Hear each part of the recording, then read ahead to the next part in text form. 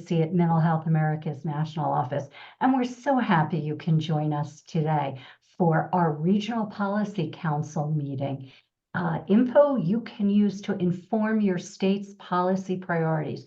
We have a really incredible program for you today. I think you'll find a lot of interesting and important information that you'll be able to take back to your states and your regions, and certainly to our MHA affiliates. So welcome, everybody. I'd like to begin today's meeting by thanking our industry partners. They make it possible for us to have our Regional Policy Council meetings. So I'm going to thank them by name. I'm going to start with MAPS, which is formerly known as the Multidisciplinary Association for Psychedelic Studies, and we congratulate them on their new name of Lykos Therapeutics.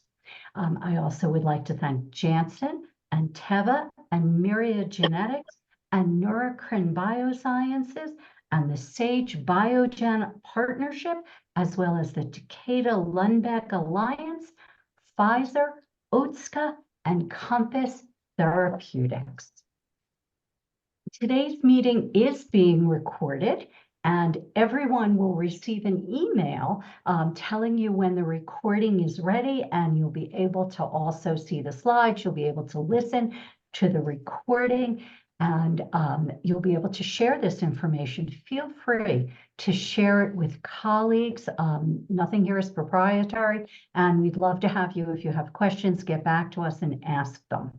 And today we're going to begin with a message from Mental Health America's President and CEO, Schroeder Stribling. Now, Schroeder is on the road traveling to some very important meetings and meeting with our affiliates, and she recorded this a few days ago.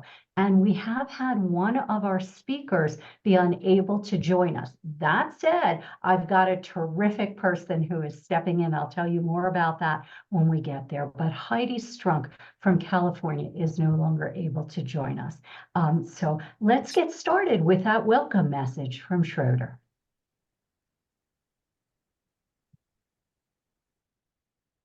Hello all, and welcome to Mental Health America's first Regional Policy Council meeting of 2024. At this inaugural meeting of the year, we are proud to be presenting the Governor's Leadership Award to Kansas Governor Laura Kelly for her outstanding work to protect and promote the mental health of the people of Kansas. Congratulations to you, Governor Kelly. We applaud your efforts, and we look to elected officials like yourself who are leading the way to new hope and effective help for people in need across the country. Today, we will hear introductory remarks about Governor Kelly from two outstanding Mental Health America affiliate leaders, Susan Crane Lewis of Mental Health America of the Heartland, based in Kansas City, and Mary Jones of Mental Health America of South Central Kansas in Wichita. The Regional Policy Council is a signature program of Mental Health America and a powerhouse for state and local advocacy, where we join with public officials and regional leaders to inspire progress in addressing mental health and well-being for all Americans. The Regional Policy Council is guided by knowledgeable and strategic policy and executive leaders from Mental Health America's extensive national network, three of whom you will hear from today. Our Regional Policy Council representatives also work closely with Mental Health America's national office staff to mobilize grassroots advocacy, exchange information and innovative ideas, and provide and facilitate mentorship for all of our 143 affiliates regarding state and federal legislation and initiatives in their locale. Following the presentation of the Governor's Award today, there will be an in-depth policy meeting guided by our outstanding Executive Vice President for State and Federal Advocacy, Debbie Plotnick. Today's convening is focused on information you can use to inform your state's policy priorities. You will hear from leaders and advocates from around the country, including Regional Policy Council representatives Ben Harrington of MHA of East Tennessee, Laura Evans of Vibrant Emotional Health in New York, and Heidi Strunk, CEO of MHA of California, as well as Kelsey George, state legislative expert from the National Conference of State Legislatures, Lauren Foster from Minnesota Blue Cross and Blue Shield, and MHA national staff members Tim Clement and Nate Tatro. Our conversation today will include topics such as conducting advocacy for substance use conditions and ways to deploy opioid settlement funds, common challenges for employing peer specialists and paying for peer specialists with private insurance, expansion of the new Crisis Lifeline 988, parity compliance in the states, artificial intelligence and privacy, and communicating with state legislators about housing and homelessness for people with mental health needs. With gratitude to all of you for the essential role you each play in promoting the mental health of all Americans, I wish you a wonderful day of conversation ahead, and I am pleased now to turn things over to Debbie Plotnick, who will kick off our event with the presentation of our 2024 Governor's Leadership Award to Kansas Governor Laura Kelly. Thank you, Schroeder. We're so happy that she was able to record remarks for us, and we have some wonderful things coming up with respect to the governor. This is our 7th year of recognizing governors who have been outstanding in support of the mental health of their citizens, the citizens of their states. And this year we're thrilled to have Laura Kelly. And we're going to have 2 introductions, since we have 2 fabulous Kansas affiliates. And we're going to start with Mary Jones from MHA of South Central Kansas. And that will be followed by a video that Sue Crane Lewis from MHA of the Heartland sent us, and then we will hear from Governor Kelly, and you'll see why we think she's so outstanding. Thank you, Debbie.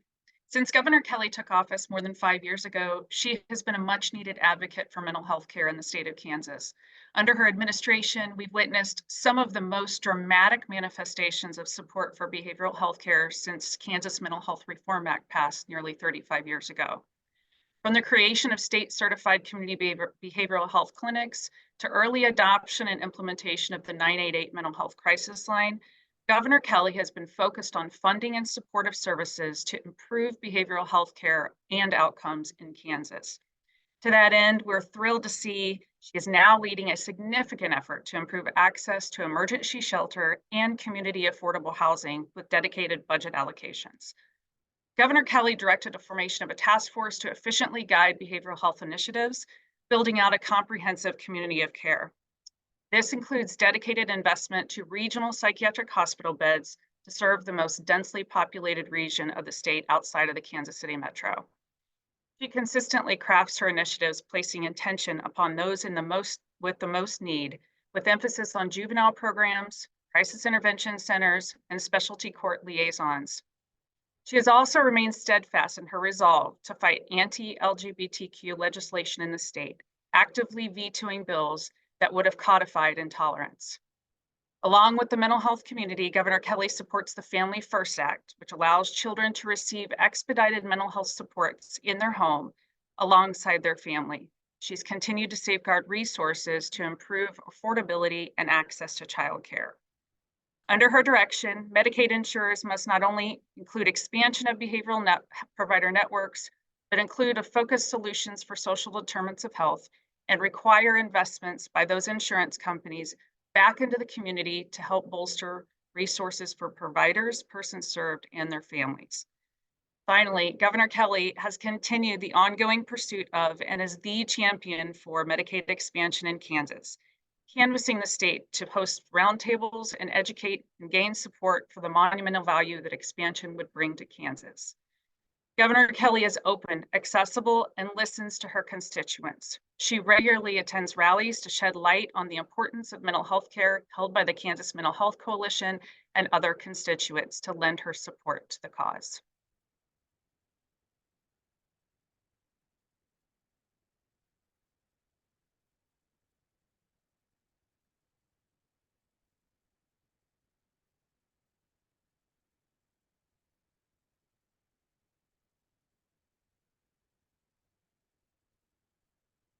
Hello, I'm Susan Crane Lewis. I'm the president and CEO of Mental Health America of the Heartland, which serves both Kansas and Missouri.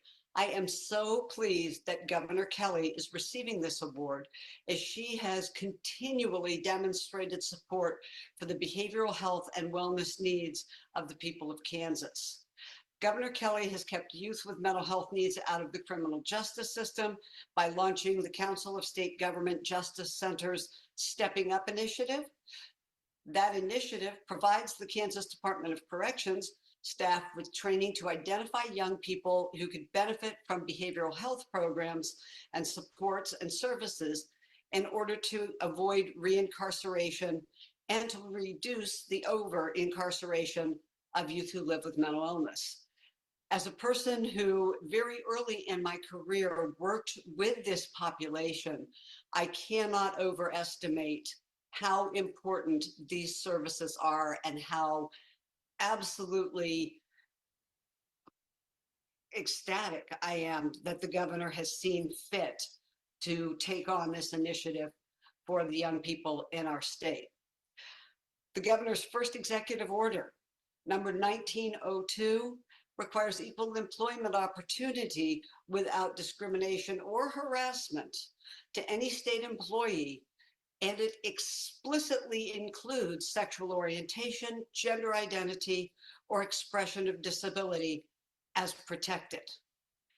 As a person who has the great fortune of working with a large number of people as colleagues who have disabilities, as a person who has a family member with a non-traditional sexual orientation, I cannot tell you how much having this codified in our law means to me, as well as to the people I care about. The governor has introduced Cutting Healthcare Costs for All Kansans Act.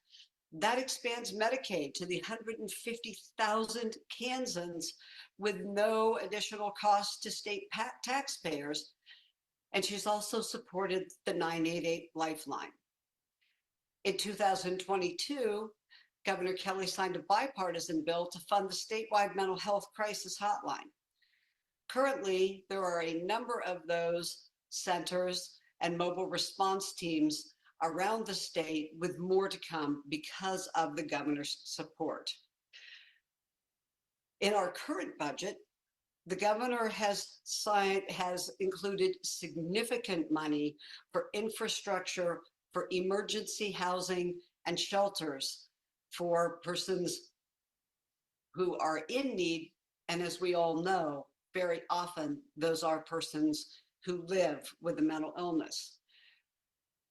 As important, maybe, she has included an employment and benefits coordinator in the State Department, because simply getting off the street into the shelter doesn't break the cycle of homelessness and doesn't assist our folks in the recovery that we know is possible for them.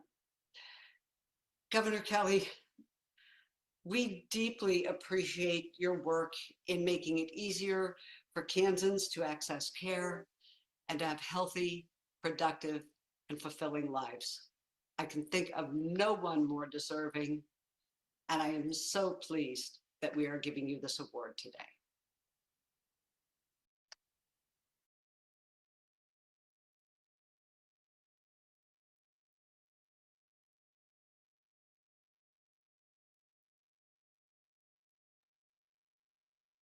We'll now be hearing from the governor herself.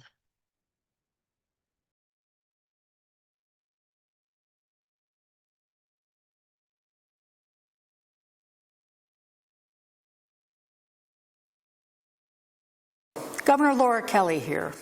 I want to thank Mental Health America for recognizing the strides my administration has made in improving mental health here in Kansas, and for your organization's work to educate the public about mental health conditions, provide screenings for those at risk, and raise funds for mental health programs. Kansas is proud to have two outstanding Mental Health America affiliates, Mental Health America of the Heartland, based in Kansas City, and led by Susan Crane Lewis, and the Mental Health America of South Central Kansas in Wichita, under the leadership of Mary Jones. Your work is so critical because, as a country, we're at a crisis point when it comes to mental health. As the Pew Charitable Trust recently put it, young people are contending with anxiety, jails have become de facto mental health centers, and deaths are rising from drug overdoses. More and more people are starting to recognize the importance of taking on this challenge. But personally, I've seen the importance of mental health my entire life. Before I got into politics, I worked at a children's psychiatric hospital in New York. I saw firsthand the lifelong challenges created when people don't have the mental health resources they need.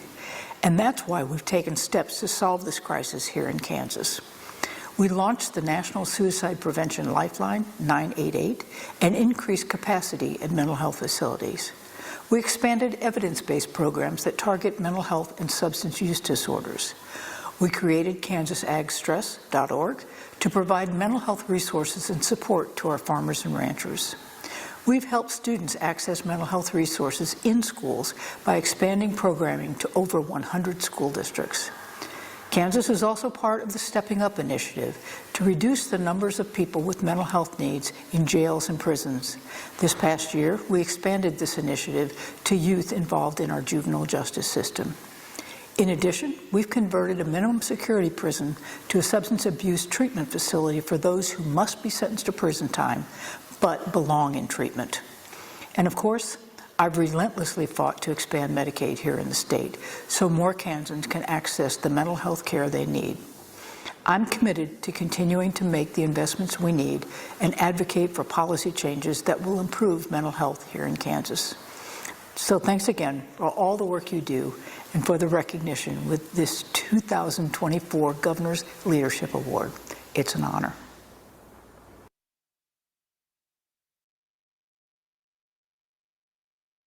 You can all see now why we were so thrilled to honor Governor Kelly of Kansas. And thank you to our affiliates for providing warm and very in-depth introductions to the governor. So one of the things our Regional Policy Council does, and I have the great honor and privilege of coordinating it with our RPC reps, and we're going to hear from several of them in a little bit, is to work with national legislator groups. And, you know, many of us who are advocates, we often find that we're going into legislators' offices and telling them what we don't like. We often tell them what we want, what we want them to do. But what we like to do through our Regional Policy Council is catch them doing wonderful things and saying thank you. Well, our next speaker is somebody we're very thrilled to have, because not only do we work with the National Governors Association and do we say thank you to governors who are champions, we have worked also for a number of years with the National Conference of State Legislatures. And we've been honored to say thank you to their members, and we're very happy to partner with them and work with them on policy issues. And we're about to hear from Kelsey George, and she's a policy specialist with the health program at NCSL, National Conference of State Legislatures, and she covers state policy issues that are related to the workforce. And that's what Kelsey's going to be telling us about today. So let me please turn it over to Kelsey, and thank you again and welcome.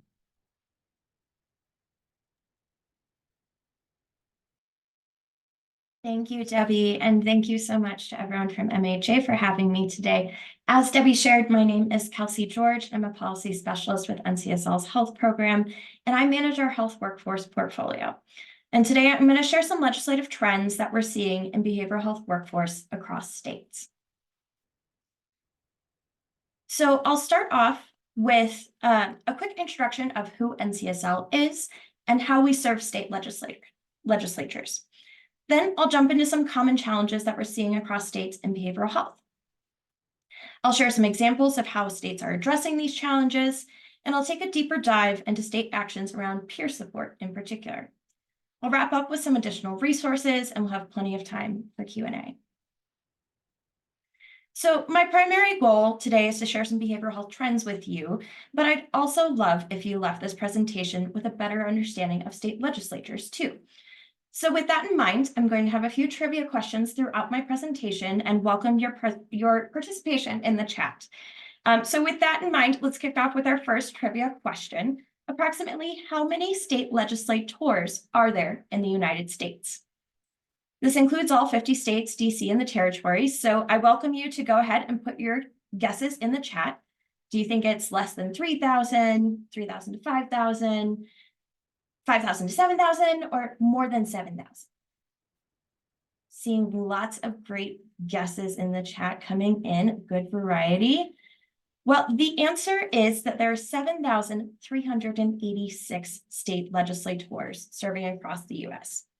At least 1,723 of those were new in 2023 sessions, and at least 135 were new in 2024. Later this year, 93 chambers across the states and territories will hold regular elections, so the number of newer legislators is likely going to change going into 2025 sessions again. So on this slide, you'll see NCSL's mission and vision, as well as the ways that we serve state legislatures. So some key takeaways that I want to highlight here for you are that we serve legislators and legislative staff. NCSL staff, like myself, often serve as an extension of the legislature, providing research and nationwide trends. We are also bipartisan. Our executive committee leadership, made up of legislators and legislative staff, switches between Democrats and Republicans every year. We also maintain at least 45 legislative databases on a variety of policy topics. And just a couple under health that I'll highlight include our health cost coverage and delivery, health professional scope of practice, and injury prevention databases, including a lot of behavioral health topics across all of those.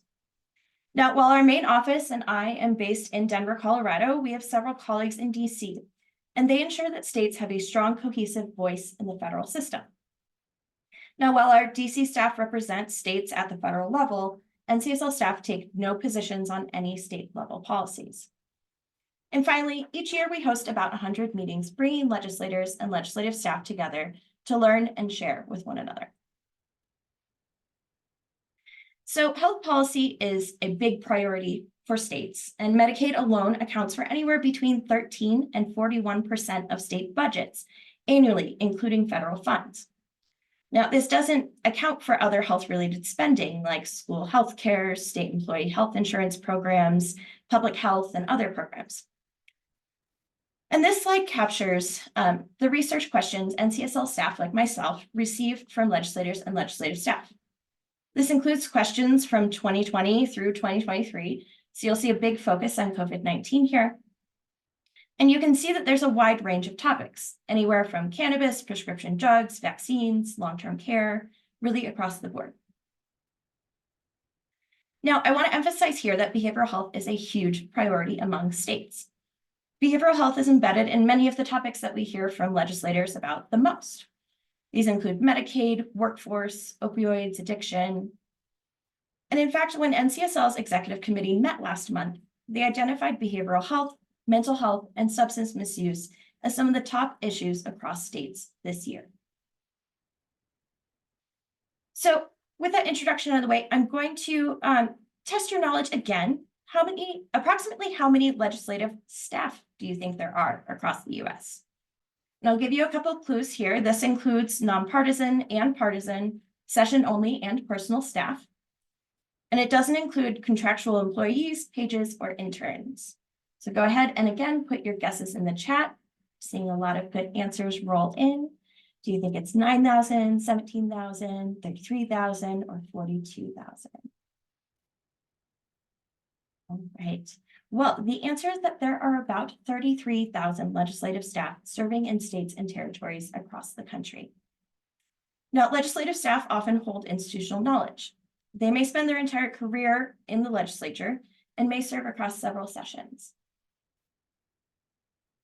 So now that you know a little bit more about NCSL, I want to get into the meat of this conversation. What are some common trends that we're seeing across states? Within behavioral health, some common challenges that we see include rural and urban disparities. And as you all are, I'm sure, are very familiar with, workforce shortages play a significant role here. We also see integrating behavioral health with other types of care, like primary care, pediatrics, maternal health, and others.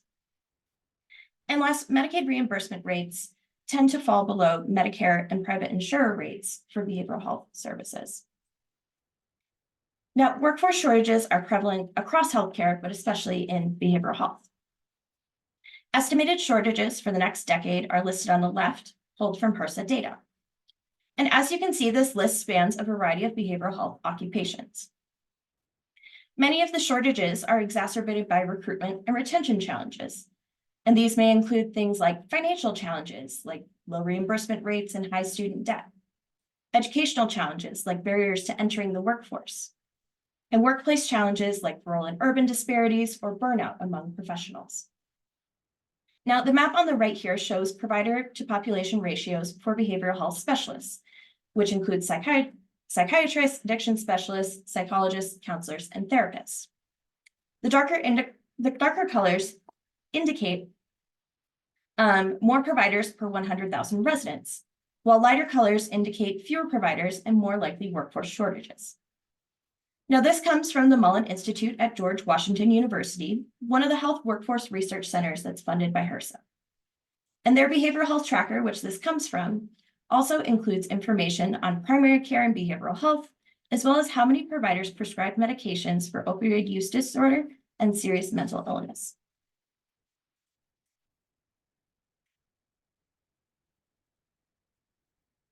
So I'm going to, again, jump back to some trivia about state legislatures. And I have another question for you all. So how many bills do you think are introduced each session across the United States? Go ahead and put your guesses in the chat again. And I see the question about getting a copy of this presentation. I'm more than happy for MHA, or I can share the presentation with you following today as well. So do you think there are 50,000 bills introduced, 75,000, 100,000, 150,000? Seeing lots of good guesses come in again. And the answer is that there are more than 150,000 bills introduced each session on average in state legislatures across the US. Of those, about 30,000 bills are enacted. And as you can imagine, legislators consider a huge number of bills on a variety of topics every session. Healthcare and behavioral health workforce is just one part of their jobs. State legislators introduced more than 23,000 bills on health policy alone in 2023, not including resolutions and budget bills. And that amounts to about 20% of all bills that were introduced. So we've covered a little bit about some of the common challenges that we're seeing across states, and that begs the question, what are states doing to address these challenges? Now, anytime we talk about health workforce, I like to start with a simple question. What data, research, and expertise can we use to understand the behavioral health workforce? And states are answering this in a few unique ways. Several states have established health workforce centers to understand who is providing what services, to whom, and where.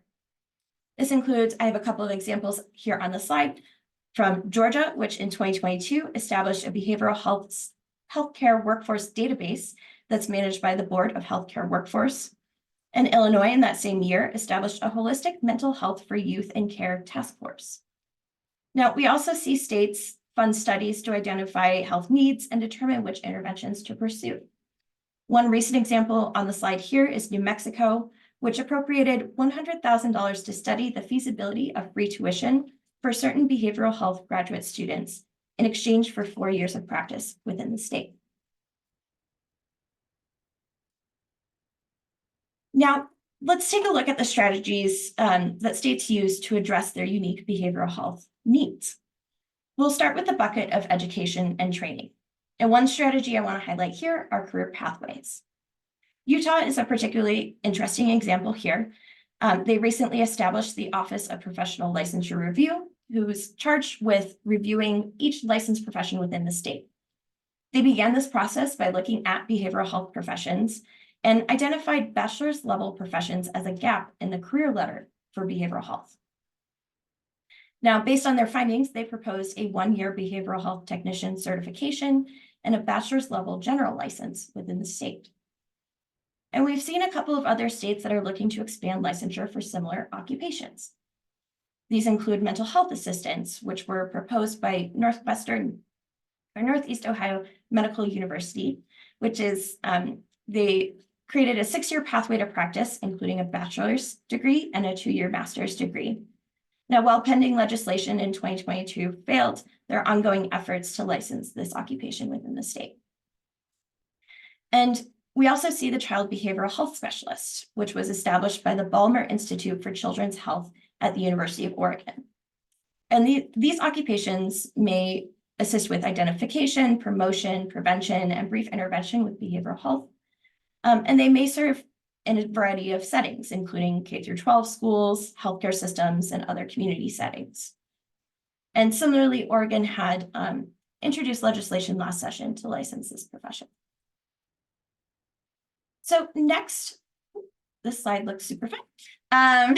So next we'll turn to licensure and certification. Now, states are responsible for setting the licensure requirements for all health occupations that practice within their state. But these requirements vary greatly. Now, to facilitate the practice across state lines, states may allow professionals that are licensed in another state to practice within their borders. They can do this in a variety of ways, the first of which are interstate compacts. And you'll see a few of these in the slide or in the table on this slide here that are focused on behavioral health. So these include psychology, counseling, social work, school psychologists, and I also included interstate medical licensure, so for physicians, as well as APRNs and nursing, registered nurses. Now, the Council of State Governments National Center for Interstate Compacts is a great source for additional information on interstate compacts. Another option that I want to note here that states have to increase licensure portability is reciprocity. These policies tend to be agreements that states make with surrounding or similar states. And one example that I want to highlight here is the DMV reciprocity pathway for physicians. Now, this allows physicians that are licensed in DC, Maryland, or Virginia to practice across state lines. So jumping to telehealth, every state and territory changed their telehealth laws and regulations during the COVID-19 pandemic. We continue to see state actions in this area to ensure access to care. Research has found that telehealth can be especially beneficial in behavioral health. And so far this session, almost 1,000 bills have been introduced and 2 were enacted. And as you all know, it's still very early in many 2024 sessions, so the number of enacted bills will likely increase as sessions continue. Now, the biggest trends we're seeing across states in telehealth include licensure portability, which I just touched on via interstate compacts and reciprocity, and reimbursement policies. All 50 states provide reimbursement for video-only telehealth consults, though it varies by state. 43 states and DC cover audio only with some limitations, but behavioral health is often allowed for audio only. And 25 states reimburse for all of the modalities that are pictured at the bottom left of this slide. 2 examples specific to behavioral health that I want to highlight here are Nebraska and Nevada. Nebraska added mental health and substance use services to their list of services that providers may be reimbursed for. And Nevada mandated payment parity for counseling or mental health for private insurers. Next, we'll jump to scope of practice. So states set the scope of practice or the practice and prescriptive authority of healthcare professions. This includes what duties they're allowed to perform under their licensure to practice within the state. One emerging area that we're seeing states granting prescriptive authority is for psychologists. At least 6 states, which are shown on the slide here, the Defense Department, the U.S. Public Health Service, and the Indian Health Service grant prescriptive authority for licensed psychologists. All 6 states on the slide here have rigorous education and clinical hour requirements for psychologists who apply for prescriptive authority. And some of these may include a master's degree in clinical psychopharmacology, a full-time prescribing psychology residency, supervised clinical rotations, and instruction and supervised practicum requirements. So that was a lot of information. So we're going to take another little brain break here and jump back to some trivia about state legislatures. Again, I ask that you put your answers in the chat. Which state do you think had the highest passage rate of legislation in 2022? One hint that I'll give you is that all 6 states that are pictured on the slide here had passage rates of 50% or higher, meaning bills were more likely to pass than not. So go ahead and put your guesses in the chat. I'm seeing lots of good variety again here. Right. So according to Quorum, which is a legislative tracking service, Arkansas had the highest passage rate in 2022 at 95%. All of the other possible answers were also in the top 5 for passage rates, which you can see on the graph here. Now I'll note here that these numbers vary greatly across states depending on the number of bills that are introduced. Some states, like New York, for example, have single topic requirements, so they have more bills that are ultimately introduced and fewer bills that are ultimately enacted. So now that we've looked at behavioral health trends as a whole, let's zoom in on peer support services. Peer support specialists use shared understanding, respect, and mutual empowerment to help people in recovery stay engaged in the process and reduce the likelihood of relapse. They're healthcare extenders. They extend the reach of clinical settings into community-based environments to provide additional support services in mental health and addiction. States have pursued several strategies related to peer support that I want to run through briefly. And these include training and certification requirements, scope of practice, and Medicaid reimbursement. Now, the majority of states have a training or certification program for peer support, though they may be state-run, run by a third party, or some mixture of the two. The map on the right comes from NCSL's Scope of Practice Policy website, which we maintain and track peer support legislation on. You'll see states in orange here have state-run programs, those in purple have third-party programs, and green have a mixture of the two. Certification requirements also vary substantially from state to state. According to MHA, average requirements include 50 hours of training and around 550 hours of volunteer experience, though this varies greatly across states.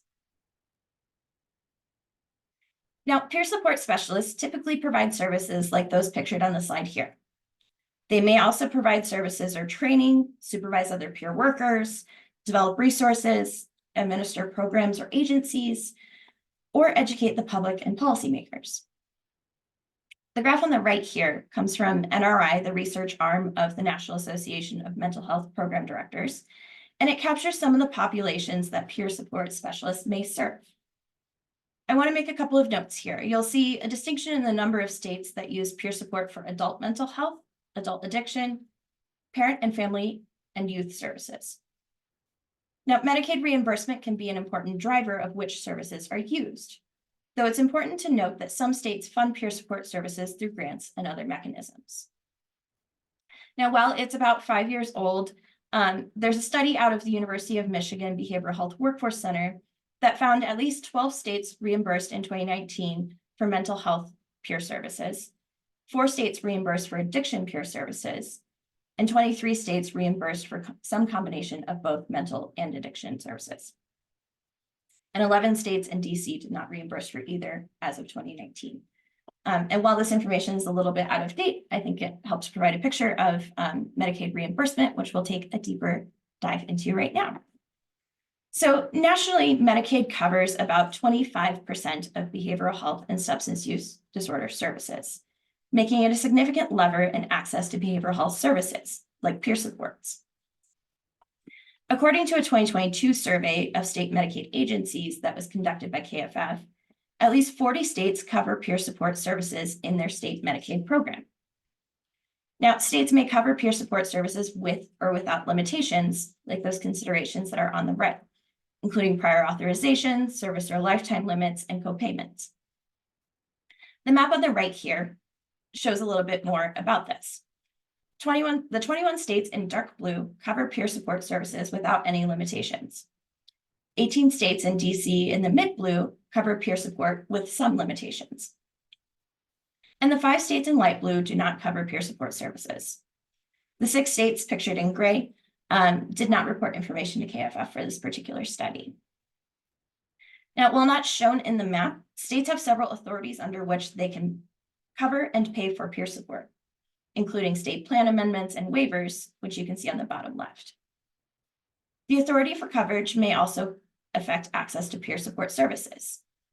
So for example, peer support that's covered through Section 1915C or Home and Community-Based Services waivers will only be available to individuals who are eligible for those particular services within the state. Now, I know I covered a lot of ground in 20 minutes, and that was a lot of information. And again, I'm happy for MHA to share my slides with you, y'all. And you can also visit NCSL's website for additional resources on any of the topics that I covered today. And those links are available on the slide here. I also want to mention that we have an upcoming annual event. It's our biggest conference of the year, Legislative Summit.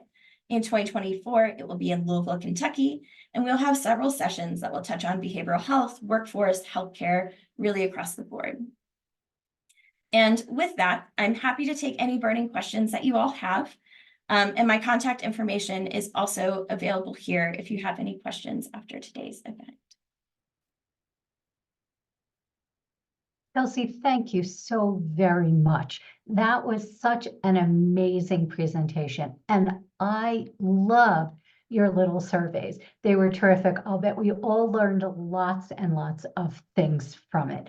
And boy, am I glad you reiterated that we will share the slides and that you shared the amazing resources that NCSL has. And we truly appreciate working with you. I mean, as I said earlier, we are so happy to be partnering with NCSL, and we will be in Louisville, Kentucky, because not only do we catch governors doing wonderful things and say thank you, as I mentioned, we say thank you to states legislatures. So we'll be holding another one of our regional policy council meetings where we'll be honoring legislators. And I personally, a number of our staff will be attending NCSL's conference in Louisville.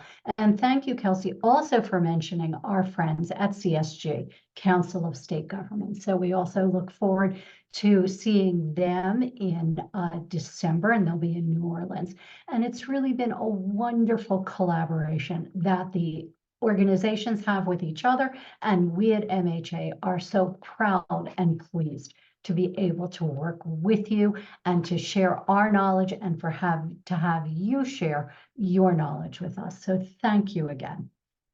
Speaking of our Regional Policy Council, which I'm going to do a lot today, we're going to hear from one of our 4 Regional Policy Council representatives. And what they do at MHA is they help coordinate our affiliates, our 143 affiliates all across the country, and they coordinate working on important policy issues in state clusters. Now, the states are mostly geographic, but not entirely. So they help share information about states that have a particular policy and advocacy needs in common. And you're about to hear from Ben Harrington. And Ben is the executive director at MHA. That's the Mental Health Association they go by, of East Tennessee. And as I mentioned, Ben is one of our terrific stars, one of our RPC representatives who helps lead. And Ben today is going to tell us about some amazing stuff that has happened in Tennessee. And he's going to tell us more about how we can look at dealing with opioid settlement money and ways that states will be able to apply these funds. So let me turn things over to Ben. Ben, thanks for being with us again today.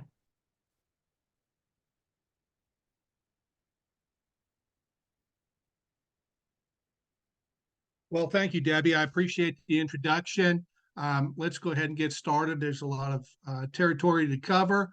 I promise I'm not going to do a little quiz in the middle of it, but I probably will traumatize some folks a little bit with this philosophical question. What came first, the chicken or the egg? And we probably all wrote essays about this in college, that sort of thing, and agonized over what our answer should be. But I wanted to pose this question today because we need to see, can we apply it to health? And the answer is yes, we can apply it to health. So let's ask the question, what comes first, heart disease or depression? Or what comes first, heart disease or substance use disorder? Or what comes first, sleep disorders or stress, anxiety, or depression? The question, Debbie, what comes first? It's a trick question. The answer is all of these things can be first. The heart disease, the sleep disorders, they can be first, or the behavioral health conditions, whether it's depression, whether it's substance use disorder, anxiety, stress, they all can come first before the medical condition. So the big walkaway that I do want to share with folks is with regards to heart disease, the key source of data on heart disease and its comorbidities, that's the term, is the Montreal Heart Study. And the Montreal Heart Study does, of course, report that when someone has a heart attack, they should be screened for depression when they're in the hospital. So that's incredibly important, but it's taken a long time for advocacy to weigh in to ask the question, well, how frequently do we need to screen someone after they've been discharged from the hospital? And of course, the U.S. Prevention Task Force is our source of information there. And they say, clearly, we've got to screen every adult annually for depression. The dilemma I have with that is this. If someone's discharged from the hospital, when does that screening in the community happen? It might be 12 months later before they ever get screened. And a lot can happen in between then. So we obviously, in my mind, need to keep screening frequently to make sure if the comorbidity, depression does onset, then the person can be helped earlier rather than later. Because the penalty for waiting, for not getting identified is, guess what? And this is not according to Ben, this is according to the Montreal Heart Study. If we don't diagnose depression in that person who's had a heart attack, they very well will have another heart attack, and it will be the big one. So that's the reason to screen and screen frequently. The thing with sleep disorders and mental health conditions, we know they're interrelated in a big way, but I bet folks didn't know that just 24 hours of insomnia can trigger the earliest symptoms of psychosis. So they do relate to each other. The other thing I would love to try to make sure folks understand and walk away with today is, while employers do care a lot about employee health, they're kind of gaslighting us. All right. So they say, oh, we care about your health. We need you to work on, your health and your wellness and your well-being, that sort of thing. But guess what? Employers and their insurance providers have been doing the same thing for about 20 years with no different result.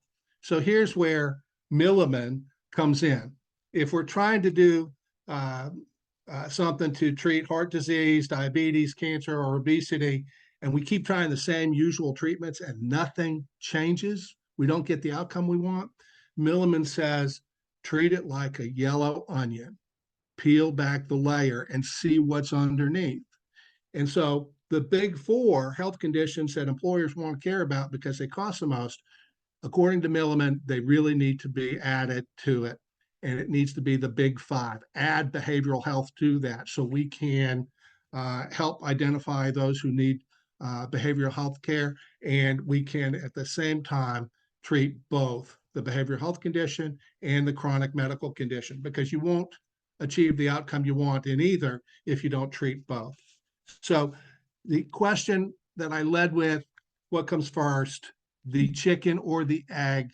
It's a moot question. It's a trick question, but it does relate to the subject we want to get to, and that is the co-occurring disorder concept and the opioid settlement. So let's talk about this. But I want folks to get in the car with me, and I want them to drive down the road, and I want them to be a parent. One eye on the road and one eye in the rearview mirror, and you constantly try to figure out which child in the back seat is causing the trouble, right? So what's in our rearview mirror? Our rearview mirror was two instances where states often dealt with large volumes of dollars or funding. Closing state hospitals, did those dollars get reinvested in behavioral health services or mental health care? That's one area. The second is the tobacco settlement has been problematic for many states because they didn't monitor the situation and invest all the dollars in tobacco use prevention or tobacco mitigation. And so that's created a history. Fast forward to today, we've got a 50 billion with a B opioid settlement that's gone to the states. And it's big money for every state. And the questions are, what are we going to do with it? Are there any lessons learned from the missteps in our past? And will there be any entities or states that misspend it? And the answer is certainly yes to all of that. There are some guardrails. So it's by agreement with Johnson & Johnson and some of the pharmaceutical distribution companies, there is an agreement with the states. 70% should go towards opioid use mitigation services. 15% should go to state funded efforts. And, or excuse me, 15% should go to the counties and municipalities. And then there's a hard limit of 15% of total allocation to be spent on the bad stuff, the stuff that we know is going to happen. All right. So let's take a quick tour around the states, if you will. Vermont has started a huge process where they are training their opioid abatement council, if you will, and they're trying to train everyone on the council as to what are the types of things, what services they need to consider allocating some funds to. So that's a great process. In Wisconsin, they did a tour of the state, a listening tour to hear from the users of opioids, the family members, survivors of opioid use abusers, as well as service providers, that sort of thing, to hear from them. In Louisiana, from the get-go, they decided, guess what? We're going to allocate 20% of all the funds to the sheriffs, because they obviously thought there were issues there with law enforcement or staffing, the ability to train law enforcement on harm reduction and interventions, that sort of thing. So that's an issue. Connecticut took a different approach. What they are doing is committing all of their opioid settlement dollars to the addiction treatment providers that they already contract with in the state. So each of those providers will be getting some resources, which then they can use towards opiate treatment and interventions, that sort of thing. Now, I do have to point out, Greene County, Tennessee is in my backyard here in East Tennessee, and they're already doing some hokey things, right? So one of the things that they've already done is they've used some of the settlement money to pay down county debt that needed to be written off. So they've paid that off, but they're also doing things like buying a vehicle to transport prisoners to go do road cleanup, which kind of makes me raise my eyebrows on. I don't understand that need.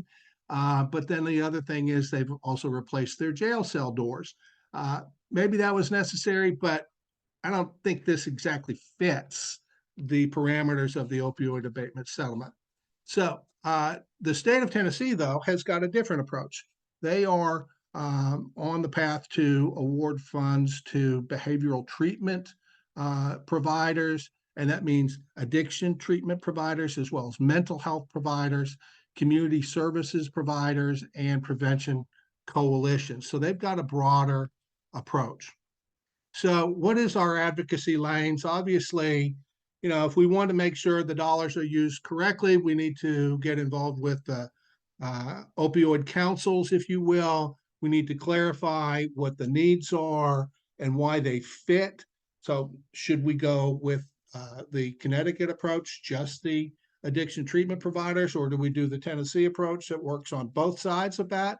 And if so, we need to explain what the rationale is for doing what Tennessee's doing. And so the rationale, in my mind, is pretty clear. There are a number of things. First of all, adults with mental illness receive more than 50% of all opioids. And so that's an important thing to note. And I'll repeat that again. Adults with mental illness receive more than 50% of all opioid prescriptions. The other thing to note there is adults with mental illness are 4 times as likely to receive an opioid prescription as an adult who does not have mental illness. So that's important to note. Also, youth who are substance using are likely to have a co-occurring mental illness according to the CDC. So all of these things factor into why the state of Tennessee made their decision. They're going to invest on both sides of the fence so that we can try to serve people appropriately, those who are already abusing and those who might be prescribed an opiate in the future. We want to try to serve both of those folks. The other thing to note is there has been a huge increase in persons with co-occurring disorders. And there are now 19.4 million adults with co-occurring disorders. And that percent has increased 104%. So it's a big deal, and certainly one that we want to make sure is known in our advocacy work. So Tennessee's situation is challenging indeed. You know, part of our state is here in East Tennessee where the Appalachian Mountains are. And so there's a high percentage of folks in the east end of the state that have been opioid abusers. But in Tennessee in general, what you need to know is there have been more opioid prescriptions in the state of Tennessee than there are residents on an annual basis. That screams how loud our problem is, how big our challenge is. So it's quite huge. Now, I will tell you what our approach is, and I'm going to walk through this a little bit so I have some time to expand a little bit. So the approach is not just opioid use disorder treatment. It is an approach that's going to start with prevention in schools and the community. This can be school-based substance abuse prevention education. It can be intervention services in the community, particularly through the distribution of naloxone in the community, as well as other programs. It can be harm reduction initiatives that can include dissemination of test strips so folks can test medications to make sure there's not been any nefarious chemical being added to their medications, that sort of thing. There can be significant dollars invested in treatment of opiate use disorder. And I have in here the evidence-based medication-assisted treatment, not MAT Light. And I need to explain that. MAT Light is what a lot of folks are doing now. They are just prescribing the medications that can reduce opioid cravings or can treat withdrawal, that sort of thing. True evidence-based medication-assisted treatment is both the prescribing of those medications, but adding to that the co-occurring psychotherapy at the same time. Because once you've got that person in the place where the cravings have been abated through the medication, that's your gateway to be able to provide the type of counseling and therapy that you need to really get to the root of the issue. Just doing the medication assisted treatment, that's MAT Light, and that's only buying half a loaf, okay?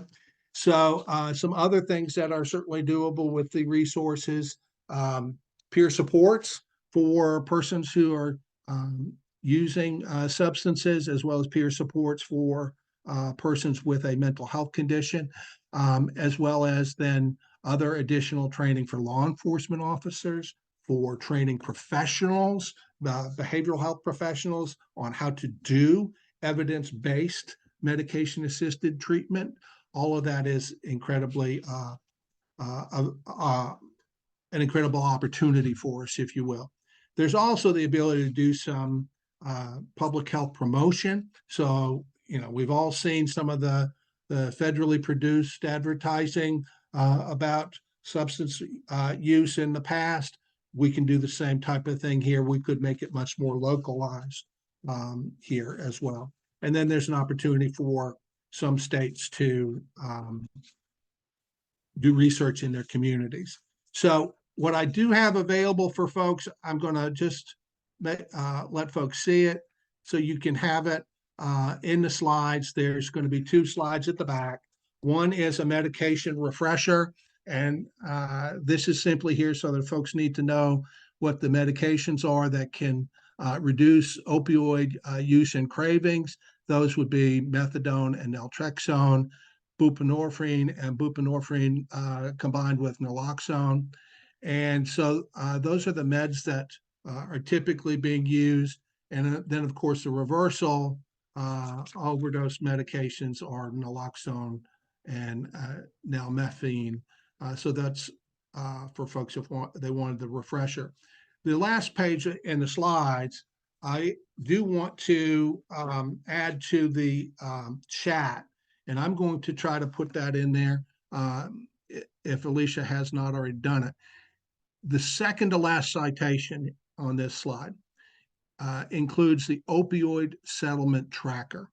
And this is an incredible resource. So you can click on that tracker and you can go to see a giant database on what's going on in the states. And in that database, it will tell you how much money your state got, and it will tell you where they are in the process of making a plan. Some are farther ahead, some are just barely getting going. And so you need to figure out where you are in that continuum, and then decide how you as advocates want to help lend your voice to the process of investing wisely and making sure that we don't make any investments in inappropriate activities. Oh, thank you, Alicia. She just put that in there for me. But so I'm going to go back a couple of slides and let Debbie go ahead and ask any questions that she has or take them from the audience. Thank you, Ben. That was really informative. And I'm really glad that you went back and you stressed just how high a percentage of folks with mental health conditions are getting those opioid prescriptions. And as we know, substance use disorder and mental health mental health conditions do go hand in hand, very hard to separate them. I'm glad we're finally trying to ask people those things. And when we saw that 100% increase, that's probably why, because we're asking these days. But I have a question for you about that number of more than 50%, over half of the opioid prescriptions going to folks with mental health conditions. We know that mental health conditions often manifest in pain, that depression often shows as pain. Do you have any thoughts or any information on how that fits into it? Well, I think it gets to the mental health condition can manifest itself as pain. And so folks want to do what they need to do to treat the pain. But also there's a situation where a lot of folks self-medicate because whatever that self-medication is, it certainly feels better than whatever that other situation was. So I think that's the scenario we get into, and prescribers get into it too. They hear about pain, they ask, what's your pain level on a 1 to 10? And they hear and they're like, well, I can take care of that. And so that's the sort of thing that we saw in the documentary on opioids called Dope Sick, and it happens in real life. So people are going to prescribe because it's the easiest thing to do. to write another prescription. And that's why, folks with mental health conditions can easily get so many instead of getting to the root of the problem. The root of the problem is their regular mental health medications may not have been addressing all the symptoms. And that's where it really requires the doctors and other prescribers, the extenders, to do their work to titrate up, titrate down, practice augmentation strategies, that sort of thing, rather than just adding an opioid prescription. Ben, thank you so much. That's so very important and helpful. And it just goes to show how important integrated care is, that people are not just having a mental health condition or having a substance use condition, but we have to look at people's whole beings, whole bodies. Now, there were perhaps a couple of questions directed to you in the chat, Ben, and I'm afraid I can't follow chat as it comes along. So if you see any you might be able to answer in the chat, that would be great. And Ben, I again thank you for your wisdom and for your presentation. And we are now going to be joined by another one of our Regional Policy Council representatives, Laura Evans, who is the Associate Vice President for Public Policy and Government Affairs at Vibrant Emotional Health. Again, one of our Regional Policy Council representatives that works with national and our affiliates across the country. And for those of you who don't know, and you'll hear more about it from Laura, a Vibrant Emotional Health is where 988 is based. Of course, there's call centers all across the country. Laura will fill you in. And they are an affiliate of Mental Health America. So we are so thrilled and pleased. And let me just turn it over to Laura. Laura? Well, thank you so much, Debbie. As mentioned, I'm Laura Evans, the AVP of Public Policy and Government Affairs with Vibrant Emotional Health. And Vibrant, we are very lucky to be a part of the MHA family. So as, and you can go to the next slide, Debbie mentioned, and hopefully everyone knows, 988 is the new 3-digit or launched in July 2022. 3-digit number to reach the National Suicide Prevention Lifeline, which is now rebranded as the 988 Suicide and Crisis Lifeline. And we've heard from the Kansas governor a little bit about their implementation. Hopefully this service is not new for folks, but I will do a brief overview, as you may have heard my spiel before. So Vibrant, as Debbie mentioned, is the administrator of the 988 Suicide and Crisis Lifeline. We have been very fortunate to be the administrator since its inception back in 2005, but it is a federal program from the Substance Use and Mental Health Services Administration, or SAMHSA. And it is their program in which they have a cooperative agreement with Vibrant to serve as the administrator. And in our role as the administrator, we ensure that the health of the network is strong. We ensure that the 200 plus crisis contact centers in the network, and again, those crisis contact centers are based all over the country, including the one that Vibrant operates in New York City. They meet standards, they follow our procedures, and really they're there to serve as the crisis intervention for individuals who may be experiencing a mental health or suicide emergency. Trained crisis counselors are staffed at those crisis contact centers, and they answer calls, chats, and texts 24/7 for individuals who may be reaching out. And we believe that just making that attempt to reach the lifeline, making that call, placing that chat or text, that's part of the recognition and part of the intervention to say, I need some support, I need some help. So even though this is a federal program, as we all know who work in state policies, the states are where a lot of the work gets done. And so while the Federal Communications Commission, SAMHSA, and Congress have set up the broad basis for 988, really we're working to help states think about what is needed in their individual jurisdictions to support the unique needs of the people who may be in crisis. So every crisis is unique, but there are some things that we can ensure that we're doing across the board to support individuals throughout their recovery and get them to wellness. So there is model legislation that is put out through the National Association of State Mental Health Program Directors. This is a national organization that represents mental health commissioners or mental health directors in states. And so through their model legislation, they help states think about how can we integrate the 988 crisis contact centers in our state into our overall behavioral healthcare system, because we don't want to have two different competing systems going on. We want to ensure that individuals, if they need ongoing care support, can be seamlessly moved across the crisis continuum. So they have put out this model legislation, and there's some updates for 2024 that I want to make sure I walk through to you. Unfortunately, this model legislation is not available via a public link, so I can't drop it into the chat. However, you can reach out, and my email is at the end of this presentation. Also, you can reach out directly to NASHBIN, and I'm sure they would be happy to share this with you. So some of the updates for 2024 include conversation around 988 and 911 collaboration.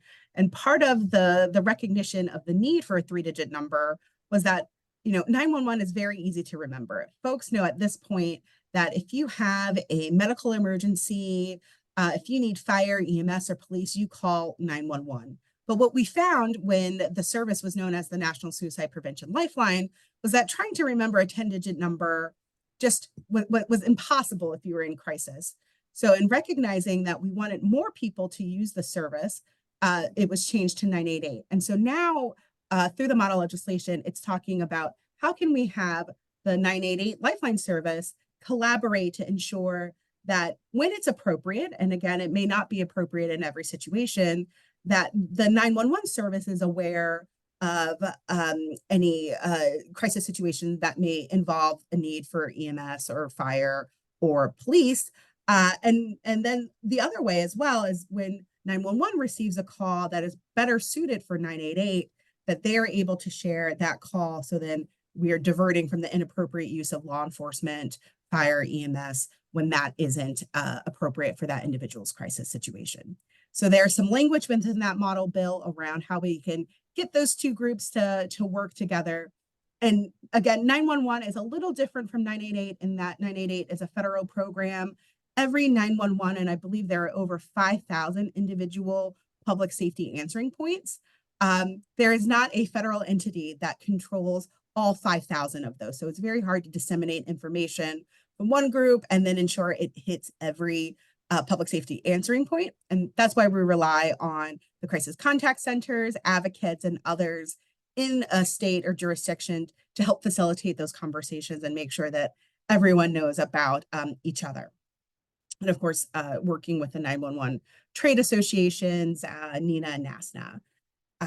So that's a new update in the model legislation.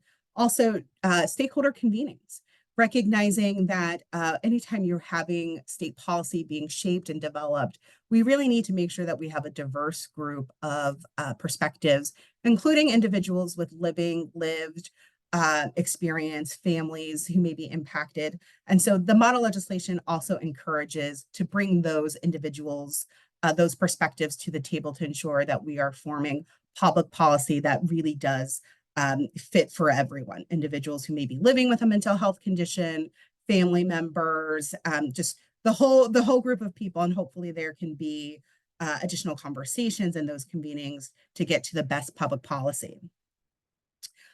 In addition to that, there's also more of insurance penalties. So again, what we have often heard in the mental health space is that there's not always, particularly with private insurance, coverage of mental health services and supports. And so the model legislation also includes language to ensure that insurers are coming to the table and and that there are penalties in place if they do not have that same level of parity for mental health and crisis services that they do for physical health conditions. The additional last piece of updates to the model legislation, again, this is the model legislation put out by the National Association of State Mental Health Program Directors, more of those in-person intervention teams. So of course you can reach 988 via call, chat, and text. But for individuals, and we estimate that to be about 2% of our current calls, they need someone to actually come to their physical location. Talking to someone isn't sufficient for their crisis. And so for those in-person interventions, making sure that states, localities are thinking about how those teams look, building out mobile crisis teams, is that a co-responder model? Is that a peer model? Only the individuals who live in that community, hopefully it is a, again, diverse group of stakeholders, only they know what works best for their community. And so again, the model legislation provides a language to help ensure that that as that is developed, there's all of that feedback taken into account to say, what should these in-person intervention teams look like? I think one thing we can all agree on is that the current system is too reliant on public safety answering points and law enforcement interventions. And so again, trying to facilitate how can we ensure that we are leveraging and diverting from the inappropriate use and reliance on public safety answering points. So that's a lot of information. I see some questions in the chat. I'll do my best to get to those. But I also wanted to share with you all some of the legislation that Vibrant is tracking at a state level. So you'll see here the states in this purple color represent states that have pending 988 state legislation. And this can be from a variety of positions or provisions from that model legislation. The model legislation, in addition to the new components that I outlined, also includes provisions regarding funding, ensuring that there's a sustainable funding source through a small telecom fee. So these states highlighted here are states that have pending legislation, either thinking using the model legislation bill or other provisions. If you're aware of legislation related to 988 in your state and your state is not highlighted here, please reach out and let us know.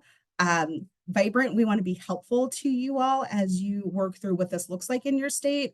So we have a number of resources available, including talking points and op-eds. We can get you data as needed and appropriate to ensure that you're able to have these conversations. So Vibrant, while we are the administrators and we are a proud member of the MHA family, we can't do this alone. And so we really look to our sister affiliates and advocates across the country to let us know what you need and so that we can get you the best information that we have to help make this case. So I'm going to take a look at the questions if that's okay. I see a question here around how many crisis contact centers there are. I'm not sure if there is a tracking piece for the total number of crisis contact centers across the country, but there are over 200 crisis contact centers in the 988 Lifeline network. And again, those crisis contact centers apply to be in the network. We work with them to ensure that their policies and standards are in line with what SAMHSA and Vibrant believe are the gold standards in crisis care, and then they can onboard into the network. I can't give you an exact number because giving any individual day, a center may say, hey, I need to pull myself out of routing for a week. We are having, systems repair at our contact center. So please, don't send me crisis contact calls for a week. But our network is about 215 or so centers. So we always say over 200. But that again can vary. Laura, thank you so much. There's a couple of other things that folks are asking. One of them concerns, and this is a little confusing, it's about confusion, is that many states are using their own numbers and their own usually 10-digit numbers. Can you talk a little bit about some of the confusion and some of the things that SAMHSA has planned in terms of getting the word out more about 988 and coordinating? Yes, it's such a great question. Because really before July 2022, when 988 became universally available, many states had their own statewide or local crisis line. We know that centers that are CCBHCs, Certified Community Behavioral Health Centers, are required to have a 24/7 crisis line. And so what we've been doing is working to ensure that the messaging is clear. There's no wrong door that you can reach or call to seek help. What we're seeing is more states are now, as 988 is over a year in availability, transitioning their state call line to the 988 service. So for example, Vibrant operates a crisis contact center in New York City. That service has switched over to from NYC Well to NYC 988. So We are seeing more states and localities start to make that switch. But really, you can't go wrong in terms of reaching out. SAMHSA is planning to have more robust marketing. I think there was a recent survey that said only about 17% of the population is aware of 988. With any major rollout, there's always some trepidation around, can the network handle this amount of capacity coming in? What we saw was that before the switch to 988, there was about 2.3 million calls, chats, and texts answered by the service. And after 1 year of availability, that was over 5 million in July 2023. So certainly, I think there is a need. And what we're seeing is that having a 3-digit number, more people are utilizing the service, which is great. We want people to call if they are experiencing distress or an emergency. But we will have to ensure that the marketing is more robust so that people know that there is something available for them. Did that help? Laura, that was a terrific answer. And very briefly, I mean, folks are asking about warm lines, and we know they're a little different. I know that a number of states have warm lines, national things. This may be something for our RPC to work on about getting word out more about warm lines. But the question for you right now is, will you be able to give us some talking points that we can attach regarding 988 that we'll be able to send out when we send out the slides and the meeting recording? I don't want to promise just yet, because we do have to have them approved through SAMHSA. But that should not be a problem in terms of sharing information about 988. We'll make sure that you have that. And then for warm lines, we do have, as part of our work as the administrator, MOU agreements with other warm line services, so that as a person who is in crisis and has been de-escalated from their immediate crisis, they can be connected to a warm line of their choice. If there is a peer support line or perhaps a specialty line based on someone's sexual identity or other components of their identity that they would prefer speaking to a crisis counselor with, we have those MOUs set up with a number of other services. And of course, even if a person does not want to be connected to a warm line, every crisis contact center has a resource referral database for activities, services based in their local community that they can connect with for ongoing care. Wonderful, Laura. Thank you so much. We're running a little bit short on time, and folks have wanted to know how to get involved with if they want to have an MOU with Vibrant. Is that something we can reach out to you about, or reach out to Vibrant? Of course, and I neglected to forward the slide so that you have an email address. So that is the best way, and then we can distribute that internally. Thank you. Excellent. Thank you, Laura. Thank you so much for giving us all this information. Folks really want to know about 988, and we talk about it a lot. We're going to take really a 2-minute break. Go fill your coffee, run to the restroom, come right back, because we have a very special guest joining us after the break. So I'll see you in 2 minutes.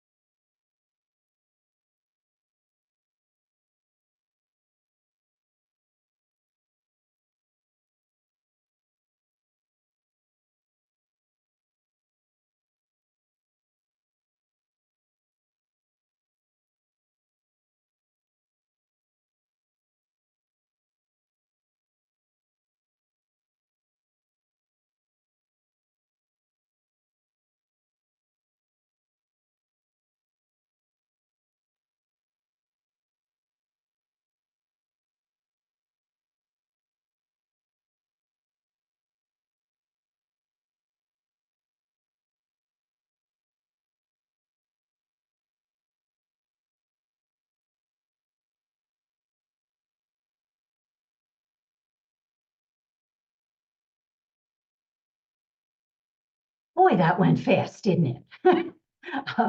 2 minutes doesn't take very long. We're actually running a hair ahead of schedule. That rarely happens, but we really are looking forward to our next guest. And I personally am so grateful for her stepping in when we needed a national expert on housing, and also for being a wonderful friend to Mental Health America. It's my great pleasure to introduce Dr. Marcella McGuire, and she is the Director of Health Systems Integration at the Corporation for Supported Housing. And Dr. McGuire is going to give us some information on how to message around housing, homelessness, and mental health. So please, Marcella. Thanks, Debbie, and thanks for such a warm introduction. And thank you all for the advocacy and the work you all are doing every day. It is just so critical and so important to our communities. Just to let folks know, I am with Corporation for Supportive Housing. We are a national nonprofit, 29 offices in 13 states. Our singular goal is to create enough supportive housing capacity. No community has enough supportive housing, and no community has and not the quality of supportive housing. Far too often when supportive housing is not the quality that we wish it would be, it's because the services are underfunded. While the supportive housing world comes from the homelessness space, it's a model that was developed when homelessness was first beginning in the late 80s, early 90s, etc. It's really a model that I think is a fundamental choice-driven model, and that's why people experiencing homelessness are so engaged by it. But we certainly know that people experiencing homelessness are overrepresented among those who have serious mental illness. We know there's equity issues here. Excuse me, African Americans are about 13% of our population. They're about 40% of who's experiencing homelessness. So all of this is important. Let me start with just two fundamental takeaways. One, housing is not an entitlement, unlike healthcare in this community. So in the housing world, about somewhere between 4 out of every 4 or 5 times that someone steps up and says, I need housing assistance, the answer is no. The answer is, yep, you're eligible. Yep, we think this would be helpful, but we just don't have the resources in the housing system in order to deliver that. So it's really important to know that homelessness is a housing problem. It is driven by our affordable housing crisis. While people with serious mental illness are much more likely to be represented, anybody with any kind of disability and extremely low income is much more likely to be represented. It's a housing issue. I say this as somebody who's a clinical psychologist by training, spent a decade, in graduate school, and then came out to do the work and found that, no, actually what people really needed was a safe place to live. And they needed other services. So it's really, they needed other assistance. And without a safe, stable place to live, not much else works for you. I also like to say I've spent my career working my way down Maslow's hierarchy of needs. Learn how to do all those fancy things in therapy at the top, but ended up with food, clothing, and shelter. If you don't have that, nothing else works.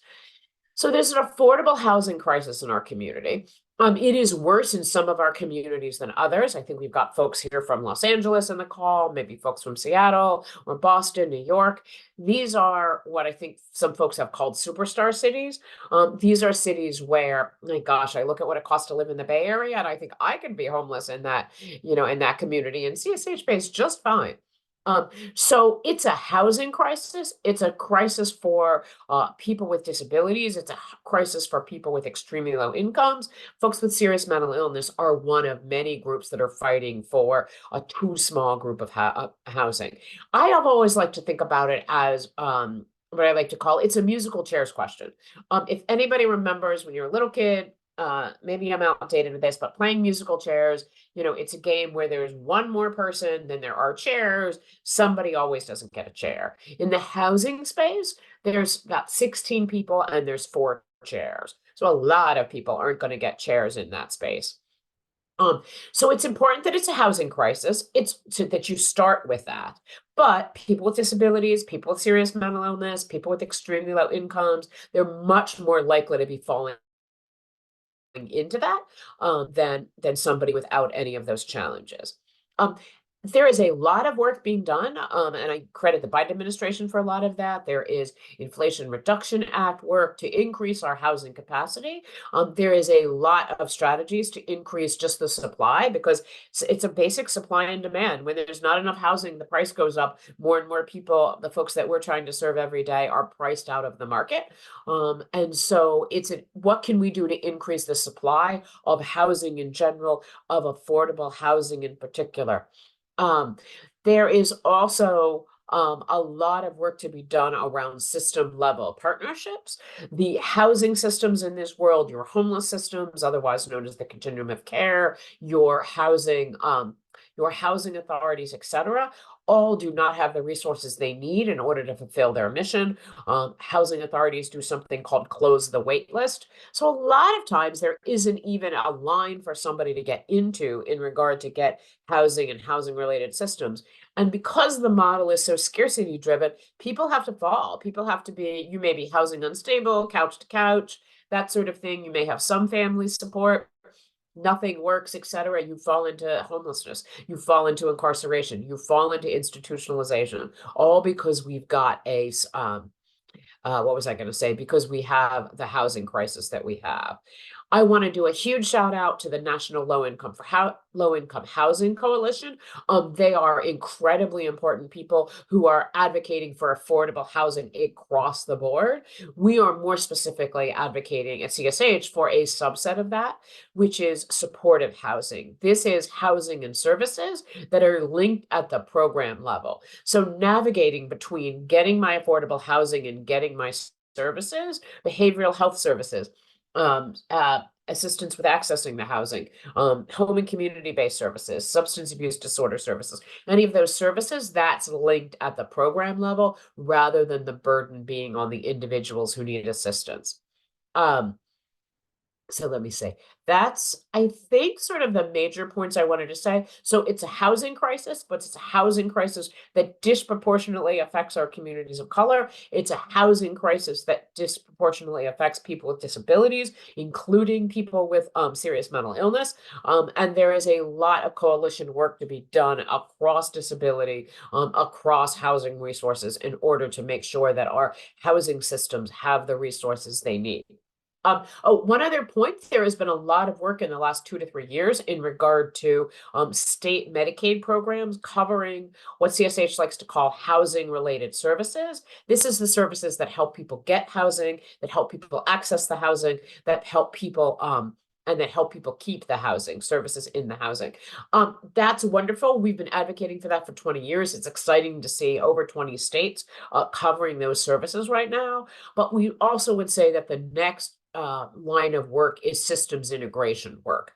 Housing related services, but no aligned housing doesn't get you housing in Los Angeles. It doesn't get you housing in San Diego or Seattle or New York City. It's probably not even going to get you housing anymore in Philadelphia, where I'm based out of.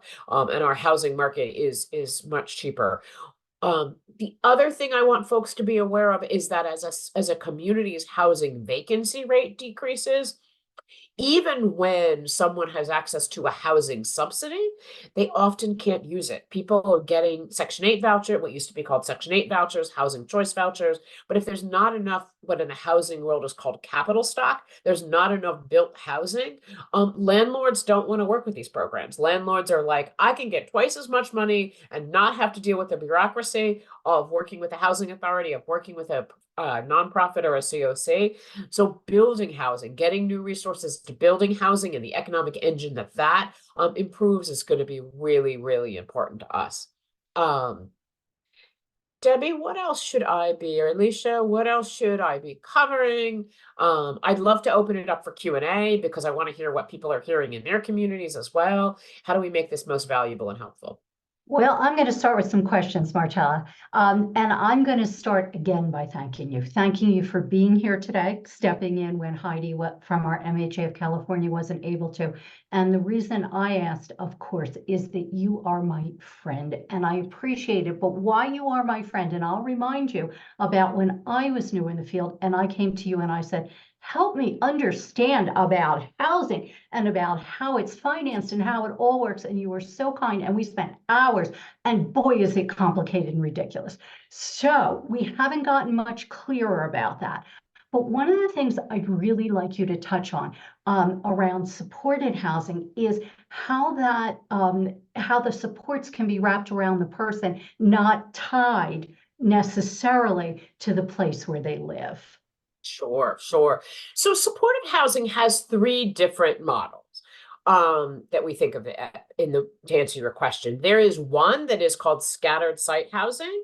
It means the program, the nonprofit and MHA maybe that's operating it has funding for the housing subsidies and funding for the services. The person picks where they want to live. The landlord agrees to take the subsidy, and then that's out in the community. If folks are familiar with Pathways to Housing, started in New York City, but now in DC and Pennsylvania and Vermont. Another good friend of ours, Chris Cimeriglio, runs the Pathways in Philadelphia, et cetera. So that's that scattered site model, services and housing. In community integration, community landlords, et cetera. The second model is what we call an integrated model. You may build a program, you may build a building, you may have an apartment building, and a certain segment of those units where the services are attached to the housing, but it's not everybody in that. And then the third is, what was I going to say? And then the third is what we call single site housing, where everybody in the building has housing, has services. That's sort of what you're describing. Part of the challenge is that because these systems are so separate and it's so difficult to navigate between them, that what's evolved in the systems is supportive housing, aligning the housing and the services funding at the unit level. The housing world wants to see the housing, the services, some kind of services attached to the unit. It doesn't have to be all the services people need. It doesn't have to be primary care. It doesn't have to be behavioral health. Think of it as a whole person care coordination model, but they're looking for housing, for services that are attached to their unit so that they can make sure that they have the services. Their experience of referring people into community services is usually not that great. I'd like to say the healthcare system is generally a very passive system. I.e., think of your own healthcare. If you don't call the doctor, if you don't keep the appointments, if you don't do the things the doctor tells you to do, what do you get? Not much.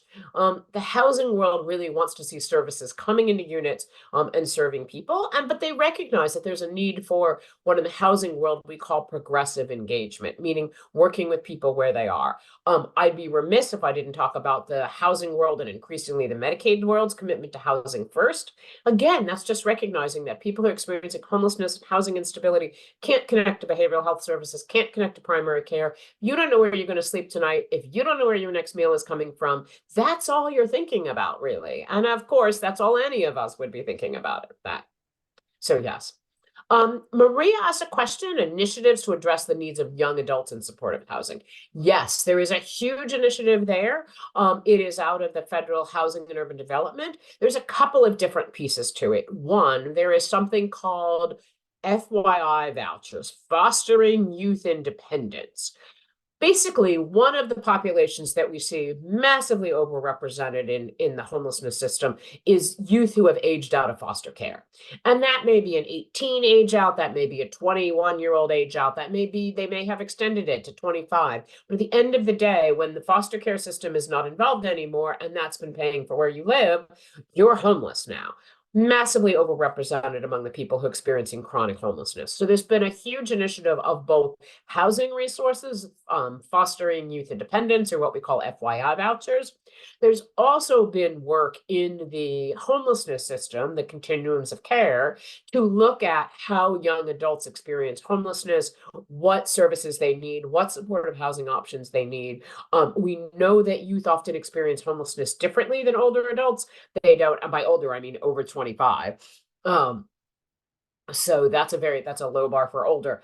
What I will say is that we are looking at and what are the models? What are the services they need? More intensive services around employment, more intensive services around education, and then also using community groups, requiring that as new programs and projects are developed, that what in the homelessness world we call people with lived expertise, the youth themselves are saying, this is what I need. This is what would work for me. really, truly, they wouldn't call it this person-centered approach, but that's what it would be. So yeah. So Linda has a question about HUD housing. So HUD housing is huge. HUD housing to me means everything from a Section 8 voucher to public housing to low income tax credits. All of this money flows from the Federal Housing and Urban Development Department. What's really important is that you look at who's managing these resources in your community. What's interesting is that HUD is very different than most of healthcare. Most of healthcare money flows, some from the feds, goes to the states, then comes to the communities. Excuse me, I'm sick the past couple of days. And then comes to the communities, et cetera.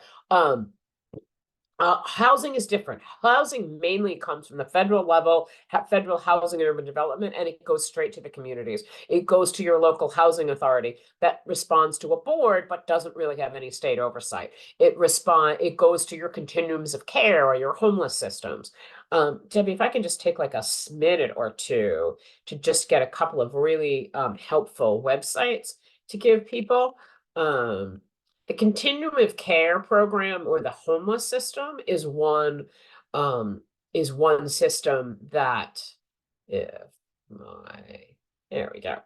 And it will help you look up resources and information that you might need there. And let's see, then there is also your housing authorities. And you should know and talk to the people who are part of your housing authorities. Of course, it's trying to give me my local housing authority, which only helps. So this is HUD's list of all of the housing authorities across the country. Each of these entities have to do a variety of plans, of strategic planning. It's important for them to hear from you. It's important for them to hear of the needs of the folks you work with, your participants, et cetera, and be a part of those planning efforts and raise that up. Your state also has a state housing finance agency.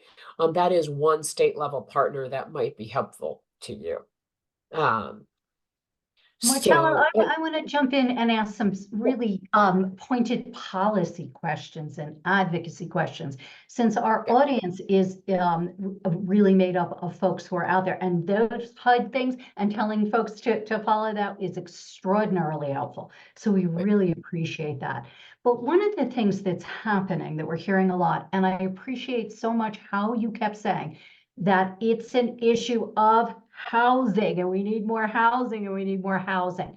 So about messaging, now we particularly hear a lot of negativity coming from certain circles and seeing some state legislation that's really, for lack of a better word, just bashing Housing First. And we know that Housing First is something that's extraordinarily successful, especially for folks who have been street homeless, who have serious mental illness, who, and what we're hearing is all the negativity because the number of people who are unhoused has increased. Indeed, it has. And that's across the board. So can you help us find some ways to speak about this that legislators will hopefully be able to hear a little bit better?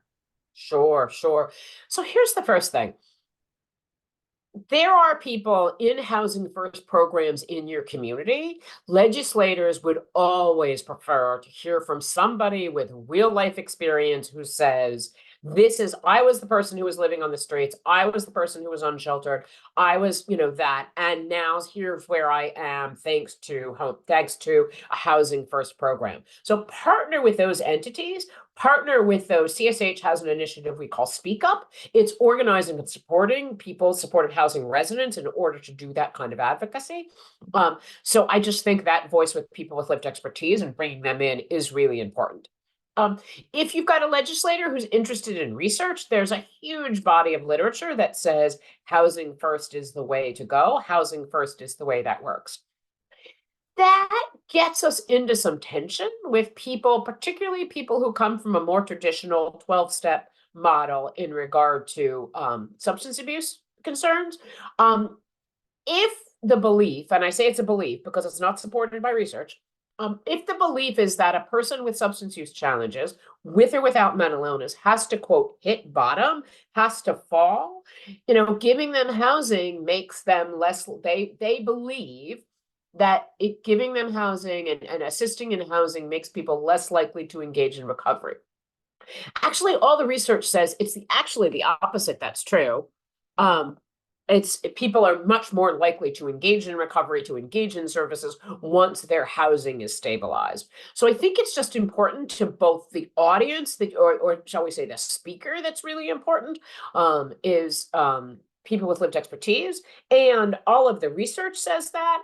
And I would also say that when you don't, the political community is often very concerned about, they're getting calls. There are people in my neighborhood. There are, they're on the streets. I don't feel safe, all of those sorts of things. So that's the calls that they're getting from their constituents every day. The model that works to get people off the street quickest is housing first. That's what all the research says. That's what HUD resources are going towards. That's everything we've shown. I think I had shared with Alicia earlier also a great website called Invisible People, which also centers people with lived expertise. It gives them a forum for doing videos and short films and things like that.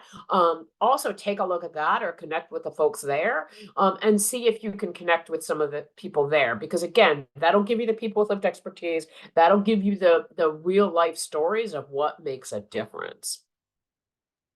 Thank you, Marcella. Yeah, and I really appreciate how to talk to legislators. Another piece of that is becoming very visible has to do with visibility of folks who are unhoused. And so that we're seeing initiatives, even from places that have been wonderful on mental health and wonderful on peers and wonderful on the things that we all believe in and love, are talking about compelling people to treatment as an answer to housing and homelessness. Can you address a little bit more about how it's really about housing? You can compel people to be one without housing. So there are two pieces. There are two real pieces to this. One, I'll start as a clinician. Compelling somebody to treatment is just traumatizing them again. These systems have just traumatized and traumatized and traumatized. And the more we traumatize people, the less likely they are to recover, the less able they are to recover. So increasing that trauma is not something, I think any of us want to do. And that's what we want to talk to the legislators about. The second piece of it, I would say, is treatment's a beautiful thing. Where do people go after treatment? Treatment may or may not be residential treatment, which means there may or may not be a bed coming with it. How do you expect somebody living on the streets, bouncing from place to place, bouncing from, jail to shelter to a family member's couch for a little while, back into the street, to be able to stay connected to outpatient treatment? Again, it just doesn't make any kind of intuitive sense for people. So I think all the new treatment options are great. I think people are thinking of lots of new creative things. One, I think choice is a fundamental value here. People have to choose that treatment. Very few treatment models are successful if people are forced into any kind of treatment. And then also, I will tell you this, the folks on the street know that, but there's no place for me to live when I get done the 30, 60, 90-day program, and then I'm back on the street. Why bother? And I have to say, that's, they got a point there. Why bother? So I think linking the systems and linking the housing is going to be really important coming up. But again, advocating for more affordable housing, more supportive housing, so that there are options for people when they leave out. Marcella, I cannot tell you how that touches all of us at Mental Health America and really represents our values. And we so, again, appreciate you coming in, stepping in last minute, especially when you weren't feeling well. I sincerely hope you feel better very soon. And we'll have folks reach out to CSH when they need more information. We'll make sure that goes in the chat. Yeah, go ahead, please. Oh, just one more chat question as well. Toby asked about intentional housing with peers. So there are all kinds of housing models out there. What I think is fundamental from a housing perspective is that HUD has a standard. People should not be paying more than 30% of their income for their housing and housing related costs, their rent, their utilities, things like that. Above that, there are all kinds of different models: intentional housing, shared housing, rapid rehousing. The question you always ask is, okay, how long is the rental assistance in place for? 3 months, 6 months, 2 years, permanent? How long is that? And what happens when the rental assistance is gone? Is there an expectation that people are going to be picking up the rent, given who they're serving? Is that a realistic expectation, given what the community, given the cost of housing in any particular community? That's the questions you really want to be asking. Recovery housing can be wonderful for people who choose it, but if it's 90 days and then people are back homeless or housing unstable, that's frustrating. So anything that is short-term, anything that is not choice-driven is not something that we would be inclined to support at CSH. So supportive housing is our model. It's literally in our name. It's not the only answer. People need all kinds of different resources. And we're trying to work towards a system that's driven by participant choice. Thank you, Marcella. Thank you so very much. And you have teed up perfectly our next speaker, who's going to talk about how we get more peers in systems and how we do more things to get them paid for. So again, thank you so much, my friend, for stepping in and joining us today and sharing your wisdom. It is most appreciated. Great to see you all. Thank you for your important work, both the folks at Mental Health America and all the advocates as well. Thank you. Thank you, Marcella. It's my pleasure now to introduce Lauren Foster. And Lauren Foster is a principal program manager at Blue Cross and Blue Shield of Minnesota. And she focuses on the behavioral health field. She works in policy, program development, and leadership capabilities. And she's going to tell us about something very special that Blue Cross and Blue Shield of Minnesota has done, and how much we can look forward to hearing about it, and ways that we can also bring that to other states and expand it. So I'm going to turn things over. They're working on getting Lauren's slides up and getting her in there. Everything good there to go? There we go. And I'm going to go off camera and we're going to bring on Laura. And we will, Laurie, we will put Marcella's email in the chat.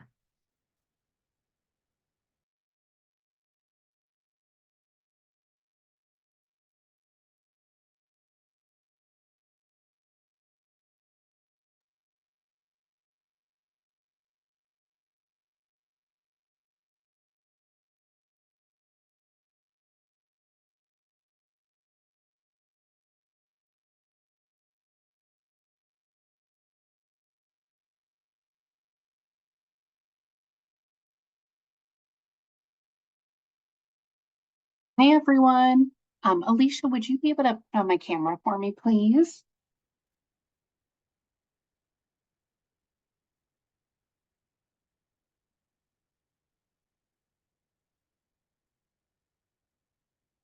Okay, well, we're working on that. I'd love to get started. Thank you so much for having me. So my name is Lauren Foster, and I am the Behavioral Health Principal Program Manager here at Blue Cross Blue Shield of Minnesota.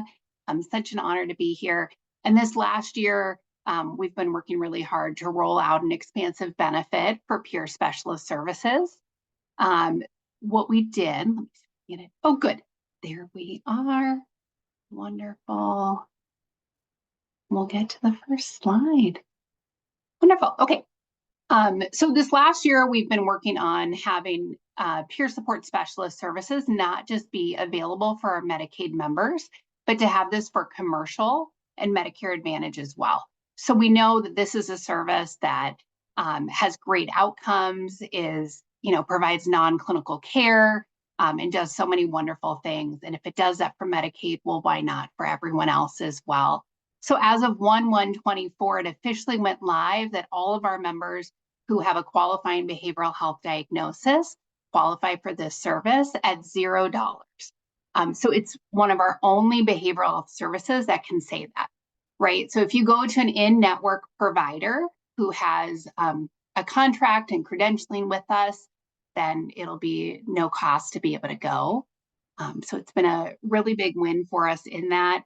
And this came about in a few different ways.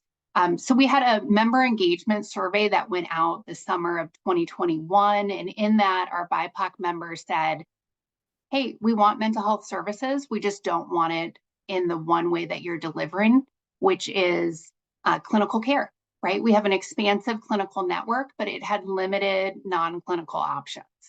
And so in that, the team came together, behavioral health, actuary, population health, network, everyone, and said, we need to come up with a different way. So in that, many of us have been over peer programs before as directors, myself included, and said, well, this could definitely be a solution. Why don't we pilot it out? And from that, continue to seek feedback from our members, see what the cost would be, what would be the feedback from our provider community, and could this really happen, right? What an exciting change this would be for our entire membership. So with that, we did work with a really large outpatient substance use clinic in Minnesota and had a peer that was part of the outpatient team. And, it proved positive. It was enough to be able to get it across the line. And so with that, we worked with our actuary team to determine what could we set this as a benefit. So essentially with this, it's $15.77 per 15 minutes of time here for 2024. Every summer rates are set. So in July, we'll see if rates go up, but for commercial and Medicare Advantage, that's what it is at this current time. When the rate was set, it was higher than the Medicaid rate. Typically, government rate, CMS come out prior to ours. So just knowing that too, there can be some lag, but it's been a really exciting turn of events for us that we were able to get this out. And knowing that, really critical access points are now available for our members. We go to the next slide.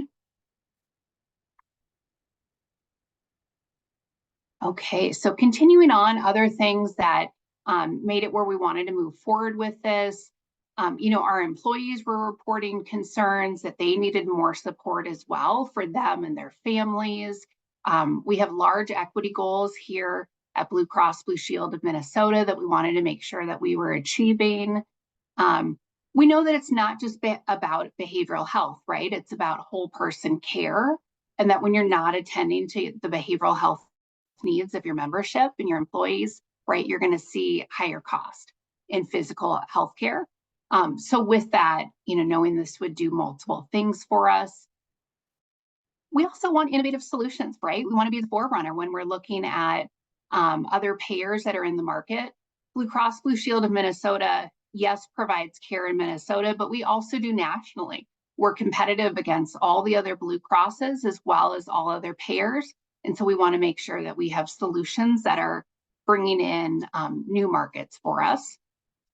We also knew that, over COVID and member feedback, our own personal experience in mental health, there's long wait times, right? For children, adults, seniors, and that we needed a solution for that. We needed affordable care, right? How many times have you heard, sure, I have insurance, but can I afford to go? And then non-clinical care as well. Right.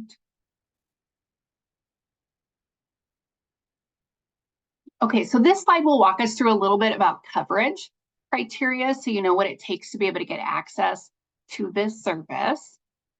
So members do need to have a qualifying mental health or substance use diagnosis. We've included far more than what's included for Medicaid. So you can know that we do have more control over commercial plans and Medicare Advantage plans. So there are some leave behind documents that you'll receive that will show what those are. It's pretty exhaustive. There are a few that didn't make it in to this first round. So our goal is to have this be a first iteration and that we're able to come back year over year and say, what does our network need? What are our members saying? Providers, advocacy groups, what do people want to see? All right. So the pathway to be able to get this, our members do need to obtain either a diagnostic assessment or a substance use evaluation. That is not free of cost. So if you're a commercial or a Medicare Advantage member, just knowing that typical cost share would apply to get that, but that what you're in the peer service, that would be $0 as long as it's an in-network provider. Our network team has spent the last year exhaustively working with our network. So knowing that when we started this process, we had, roughly 50, 60 Medicaid peer providers in the state of Minnesota. All of those individuals needed to have commercial and Med Advantage contracts and amendments signed.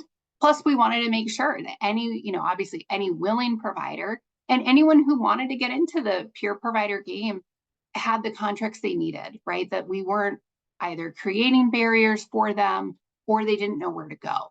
At this time, we have over 150 providers who are contracted. So whether that's large health systems like Allina or smaller mom and pop mental health or substance use clinics and facilities, we've really run the gamut to make sure that our members across the state of Minnesota have access to peers. All right. Under this plan, they're able to have individual or group sessions. It is at the exact same rate.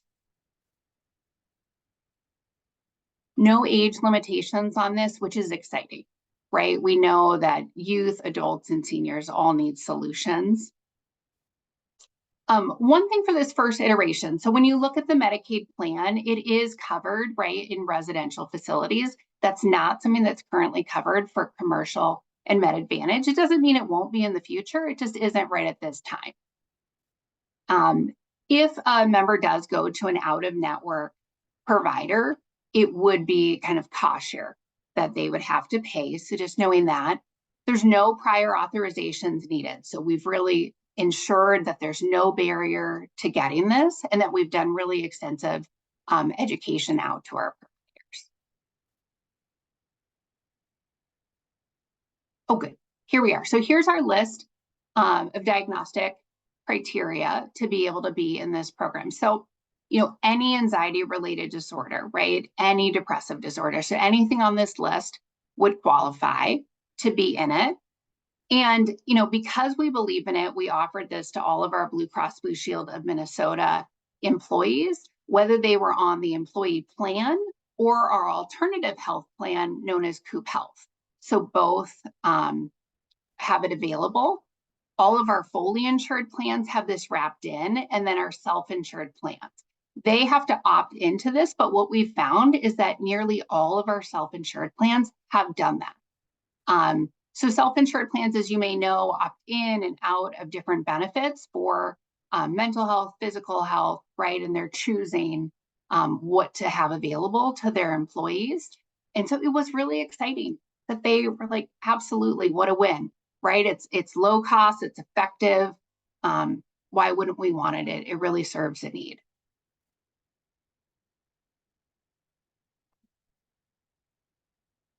There are 3 types of peers that we're covering.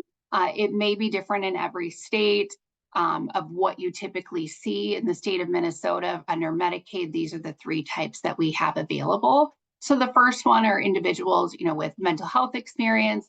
The second, peer recovery specialists are with substance use experience. And then the third, certified family peer specialist, being that a parent, a caregiver has helped their child through mental health or substance use disorder. We wanted to be able to have the exact same specialties available for our commercial members and then Medicare Advantage. The one difference being for Medicare Advantage, the family peer specialists are not available, really primarily due to age.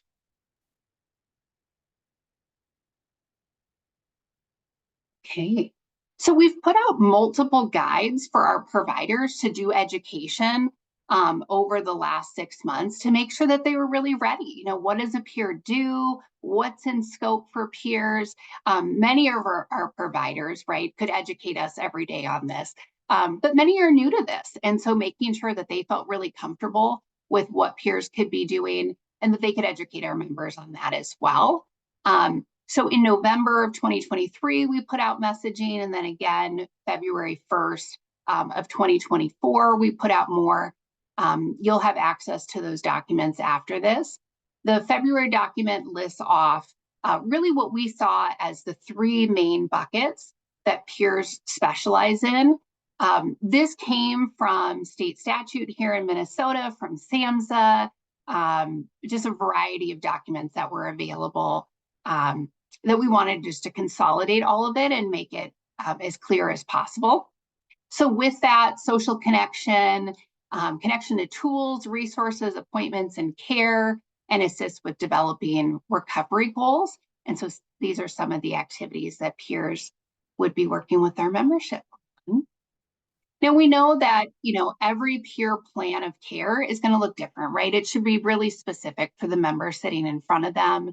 Member-driven care, peers advising what they think could be helpful. Clinical care can also give recommendations, but this should really be between the peer and the member. All right, and communication. So how does our member find out about this? So this is ever evolving as our network of providers continues to grow. So we have a couple million members at Blue Cross Blue Shield of Minnesota. And so in that, we have many who could qualify based on how many diagnoses are eligible for this. And so with that, as we continue to scale up the amount of providers, we will continue to release more and more communication to our members. So at this time, it's available in all of our membership booklets. So whatever plan you have with us, it would be written in there for you. All of our customer service teams are well trained on what a peer is, which providers have it, do they have openings, and can connect our membership to them. We did a robust training with our care management team that had over 350 care managers on it. These are social workers, therapists, RNs, pharmacists, right? Everyone came to the table to hear about this and are excited to make referrals for our members as they're calling in. We'll continue to have more provider education going out so that our members are hearing directly from the specialists who are working with them. And then eventually we're going to have robust web pages up that will be showing for our members. We have search tools that are available for members to do self-navigation, and that will continue to grow as our apps grow. So just knowing that as well.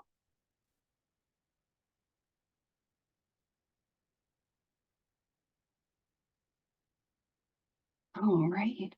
And then state inclusion. So a lot of the work that we did ahead of time was meeting with the Department of Human Services reps who are over the peer programs to talk through what we wanted to be able to offer to our membership, any barriers that may come up, and to really hear that feedback from them, to meet with our providers to hear feedback and what they thought would be important for inclusion, to meet with our members to hear their feedback on this, and to make sure we're really on the right path and that we're pulling everyone in.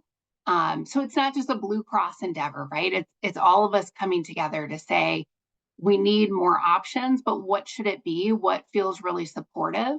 And what level of care is really necessary? With that, I've seen a variety of questions pop up. So let me go over to that. Lauren, I can help you with some of those questions. Oh, wonderful. Thank you. Because I can watch it a little. It's hard to watch and talk at the same time. I know that. But we have an internal messaging system. They're coming over to us. But I want to start by congratulating Blue Cross and Blue Shield of Minnesota. This is really phenomenal, and you should all be so proud that you're the first in the nation, but we certainly hope that many other private insurance companies and many other of the Blues will adopt this. And you said some things that we so rarely hear. No prior auth. Yeah, wow, no copay. I mean, this is really quite spectacular, but also understanding the value of peers. And we truly, truly appreciate that. So before we get into a little more technical questions, I would like to ask, what advice do you have for our advocates across the country and our policy folks for coming to the providers in their states and helping them to adopt paying for peers in this way? Yeah, absolutely. Well, and thank you. You know, one of the biggest things that helped get this across the line for us and get the supports that we needed internally as well as externally was actually when Mental Health America released a press release congratulating us for putting this forward as a benefit. You know, in payers, you're moving many things forward, but you still need more staff, right? To know for your implementation plan, how many people do you need to actually be able to scale this up? So I think in that knowing that every time you all release a press release, whether it's congratulating us or calling a payer to do it differently, we take notice of that, right? And it does give us more resources to be able to change.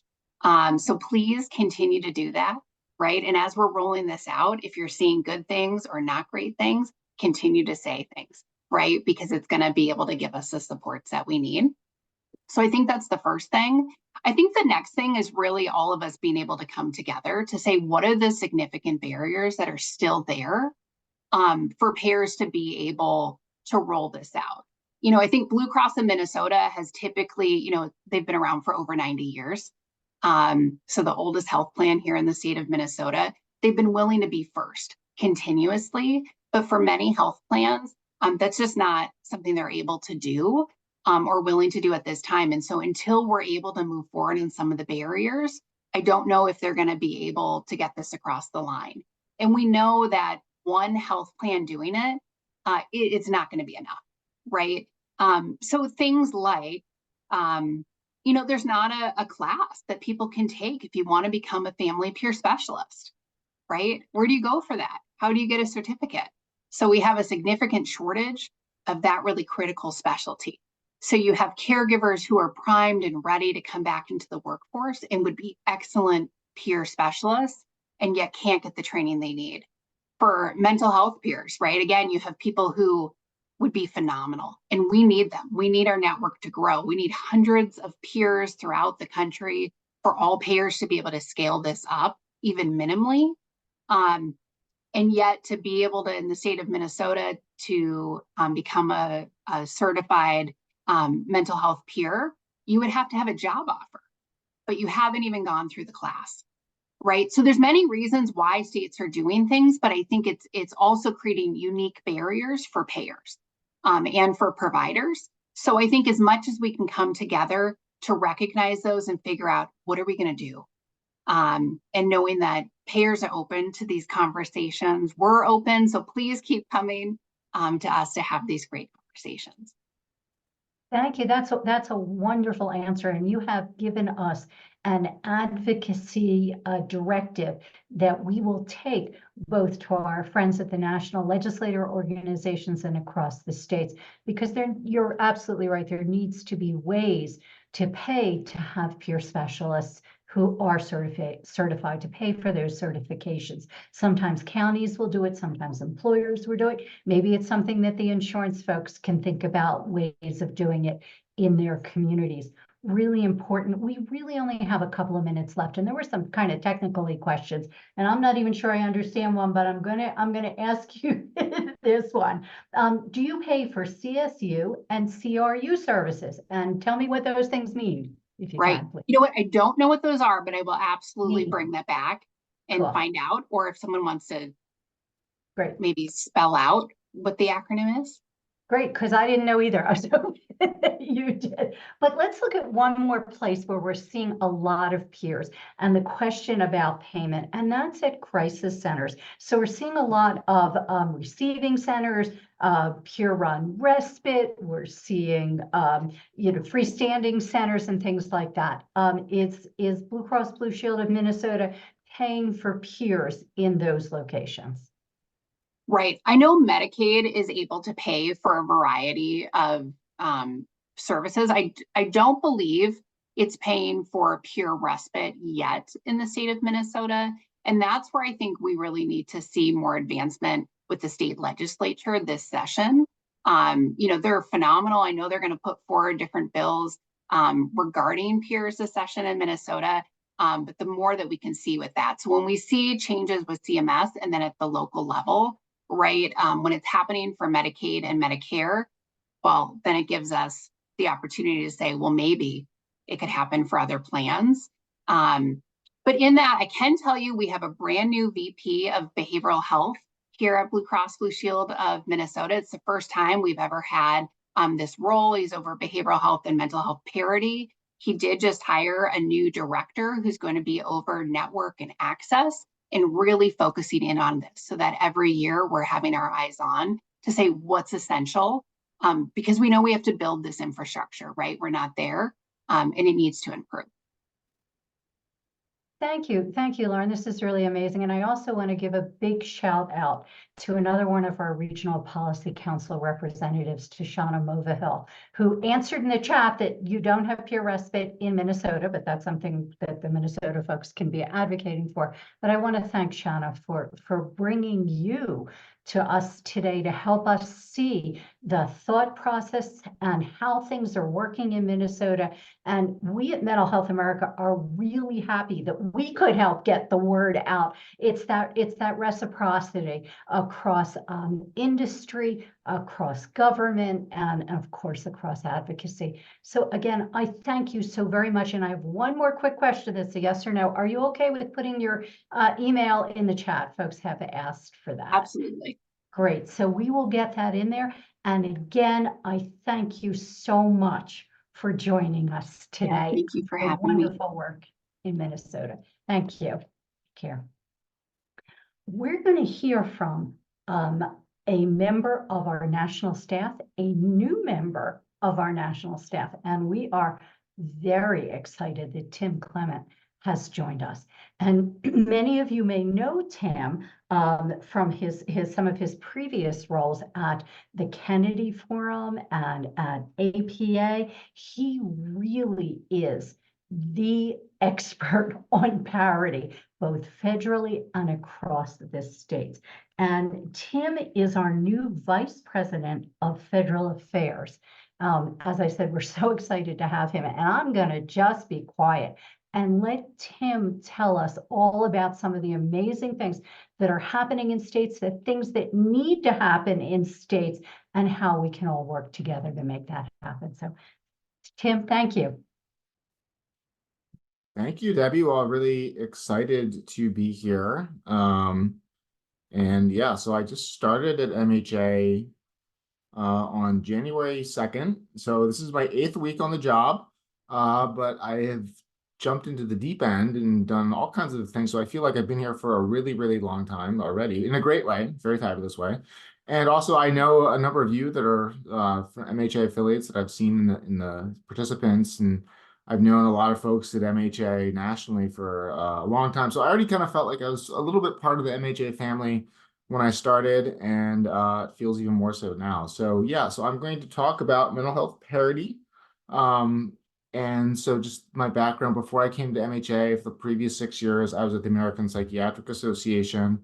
I was the director of legislative development there, writing state and federal laws, and including a lot of laws about parity. And then before that, I was a senior policy advisor for the Kennedy Forum, which was run by Patrick Kennedy, former congressman, who's the sponsor of the parity law back in 2008. And before that, I worked for the Scattergood Foundation in Philadelphia. That's where I met Debbie for the first time a very, very long time ago. So anyway, excited to talk about parity. And I think I'm going to control the slides here. Yes, I do have control of the slides. All right. So before we get into a little history lesson, people talk about parity a lot, and I think it's one maybe we all know what it is, but just to give you high level, what do we mean? What does mental health parity mean? It means that insurance coverage for mental health and substance use disorder treatment should be no more restrictive than insurance coverage for other medical care. So that's the simple concept behind parity. In other words, your insurance for mental health and addiction treatment can't be, it should be on par or as good as at least as good as what you get for medical treatment.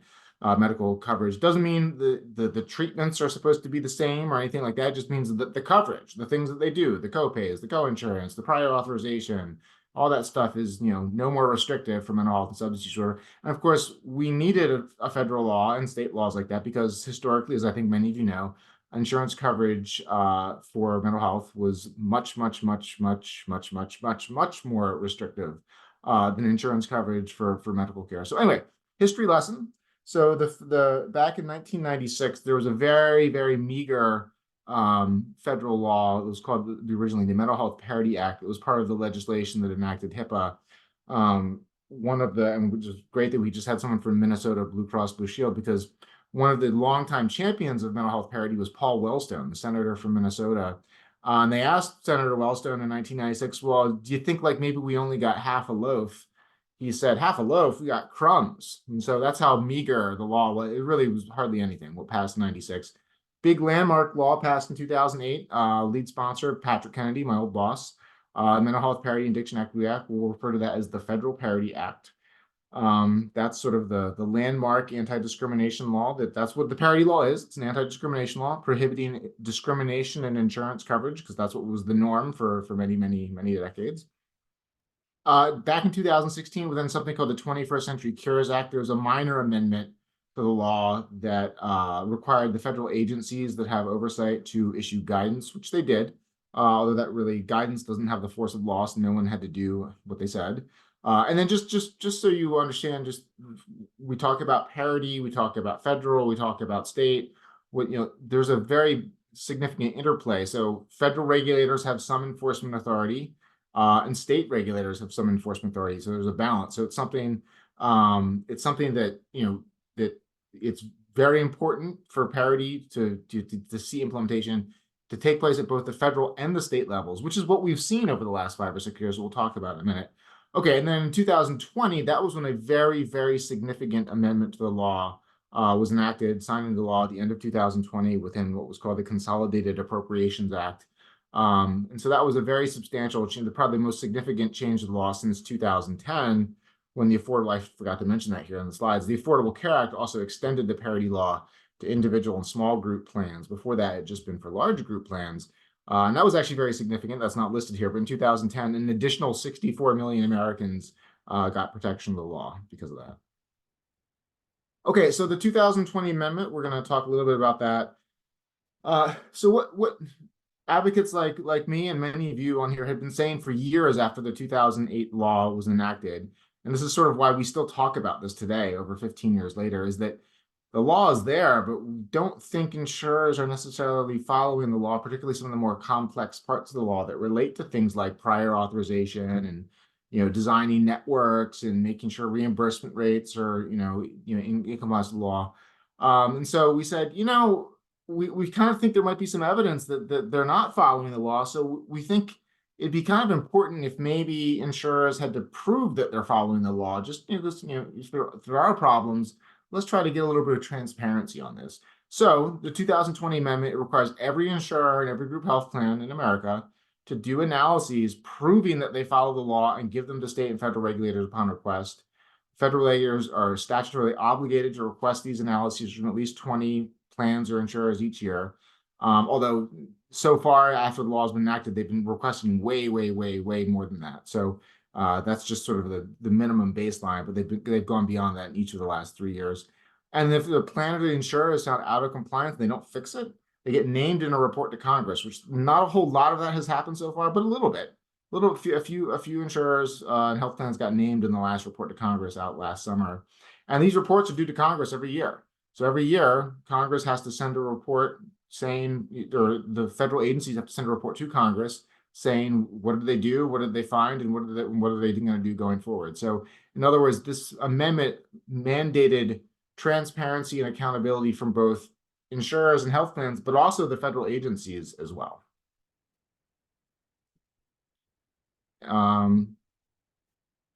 Okay, so, and also at the same time, and we'll talk about this in a minute, the state laws, that since 2018, over 20 states enacted very similar legislation.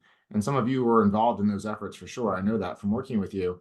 But because of that amendment and all the state laws, we're living in an era of enhanced oversight on parity. So there is way more activity going on in enforcing and implementing the law now. There was essentially nothing 10 years ago. Now there's a lot. And we'll talk a little bit more about all the state insurance departments. They're looking into this right now, but in the federal regulators, I mean, it's just perpetual oversight. And I mean, if we wanted transparency, we're getting some transparency and accountability. Are we getting full compliance with the law? Well, we'll talk about that in a second, but we're definitely getting more people looking into this and seeing what they can do about it. Okay, so when the insurers and health plans first had to submit these compliance reports to the federal agencies, what the agencies found was they were completely unprepared for this, and they've found many violations, and we'll talk a little bit more about that here later.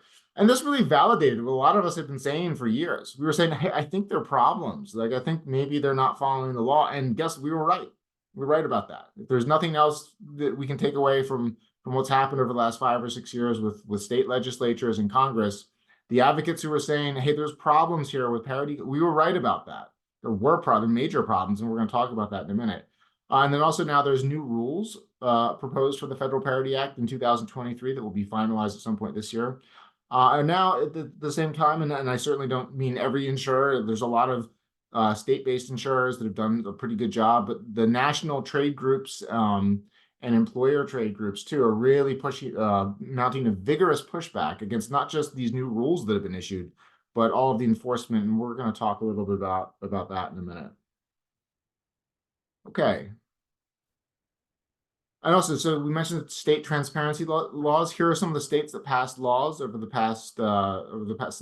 2018 is when this all started. I'm not going to read all the states there, but if you'll count, there's 20 states on that list. And you'll notice some of them are bolded and italicized. What that means is so there's 20 states where they require insurers to submit these analyses to the state regulators, usually every year. In the states that are bolded, it's not just the insurers, but also Medicaid managed care. So, and why are some states, and to be fully transparent myself, I was involved with all of these laws. The political realities are why some states have Medicaid managed care transparency and others don't. And also Louisiana and Texas basically did the same thing as these pieces of legislation did, except they did it through regulatory measures. And what they do is basically the language is basically identical to what was in the federal amendment, and it requires insurers and sometimes Medicaid managed care to submit these analyses to the state insurance department and also maybe the state Medicaid agency. And there's, I think, 2 or 3 of the states, Arizona, I think Montana, and maybe Georgia, don't require it every year, but it's sort of a biannual or triennial or at the department's discretion. But for the most part, most of these they require it every year. And some of these laws also specifically require the insurance department to enforce the law. Like, you have to do this, and that in terms of enforcement. Like states like New Jersey have that in place. Georgia has that in place. Colorado has that in place. A few others do as well. So, but anyway, so in addition to the federal amendment, you have close to half the country statutory obligating this level of increased transparency. Okay, a report to Congress that was submitted in 2022 from the agencies. Again, initially, when the insurers and health plans had to submit these analyses, none of them were initially acceptable. In other words, they're supposed to prove that they're following the law. And when the federal agencies got them, they said, I can't make heads or tails out of this because it isn't good enough. So I mean, they were done very poorly. However, and that's gotten a lot of the attention. That's a lot of the attention has been the analyses, just no one could make sense of them. They weren't good enough. But what's, I think, much more important is once they did get further information from the insurers and health plans, they found all kinds of violations, like literally like over 20 different violation types, not over 20 violations, over 20 different types of violations, like excluding nutritional counseling for eating disorders, or excluding or limiting medication-assisted treatment for opioid use disorder. So like, and numerous violations within those categories. So they found it wasn't just bad reporting. It was, once they got the information, the sufficient information, lots and lots of outright discriminatory violations that, the law is designed to prevent. So the advocates were right. People, there were serious compliance problems, and now they're being proven and demonstrated. And a lot of state insurance departments have been finding the same thing. Report to Congress in 2023, not any better, really. Most of the analyses are grossly insufficient. And then when they do get sufficient information, they still find tons of violations. So that's just something important to keep in mind. If you hear about anything about these reports to Congress, you always hear about, oh, none of the analyses were sufficient initially. That's not good either. It's not good. But it's the gross violations of the law that they then find, which I think is the real story. It's like, no, it's not just a problem with reporting and paperwork for these insurers. It's a problem of violating the law. So that's something that's been swept under the rug a little bit, but probably shouldn't be, because there are definite outright violations of the law that are happening that have been uncovered by both the federal agencies and state regulators. Okay, so as I've mentioned, insurer industry pushback from some of the national trade groups. They said the agencies didn't give them enough time or guidance to do the analyses properly. That's the problem. We couldn't do it because we didn't have enough time or guidance. No, that's not true. So even though the law was amended in 2020 and they asked for these analyses started in 2021, the actual underlying approach was first debuted in that federal guidance I talked about as a result of the 21st Century Cures Act in 2016. Federal guidance put this approach. So what they have to do now, what's required by law, that first showed up in federal guidance in 2018. So they had 3 years to get ready for this. It's just the problem with nobody took it. It was guidance. You don't have to do it. Guidance isn't the law. You don't have to do anything if it's guidance. And so nobody did anything. And that's why the law was amended. And so they had plenty of time, plenty of guidance. Okay. Then they said, well, if none of the plans could do it, if we can't do the analyses, that means they're too hard. Not really. Like if you look at, and I've worked with regulators to look at these analyses, like, you know, the analyses were initially submitted. They were so bad that you wouldn't have accepted them from a 7th grader. That's how bad some of these are. It's like, I mean, maybe what is it too hard? Is it too difficult? It could be, but what has been submitted is so obviously on its face terrible and not good enough that, you know, you wouldn't accept it from a child. That's how bad many of the analyses were when they were first submitted. So that's more of the problem, not taking it seriously. Also, there was a lot of saying that, oh, this enforcement represents regulatory excess by the Biden administration. Well, you could say that, but this amendment was signed into law by President Trump, and the law itself requires this level of oversight. So this isn't some sort of partisan exercise of one administration being more aggressive. It's the law. The law says they have to do this, and this was, of course, the law that was signed by a Republican president, shepherded through a Republican Senate. So it's not as if this was some, you know, partisan overreach. And also, they always say it's actually not our fault because there's a shortage of providers. Whether that is or isn't true, it is true. All of the violations that are found have nothing to do with the availability of providers. It's things like aggressive prior authorization, exclusions, things like that. So it's not a provider shortage. That's not the main issue here. Okay, so, and we're just a few more slides here. So there's new rules were proposed. They were proposed in the summer, comment period ending in the fall. They should be finalized by this summer. The rules, again, this is one of the issues, and I don't mean to bash the insurance industry as if like they're just not trying to follow the law, or they don't care, or it's malfeasance. No. It's a very complicated law. I won't get into the nuances and the minutia, but there's some very complex terminology in this.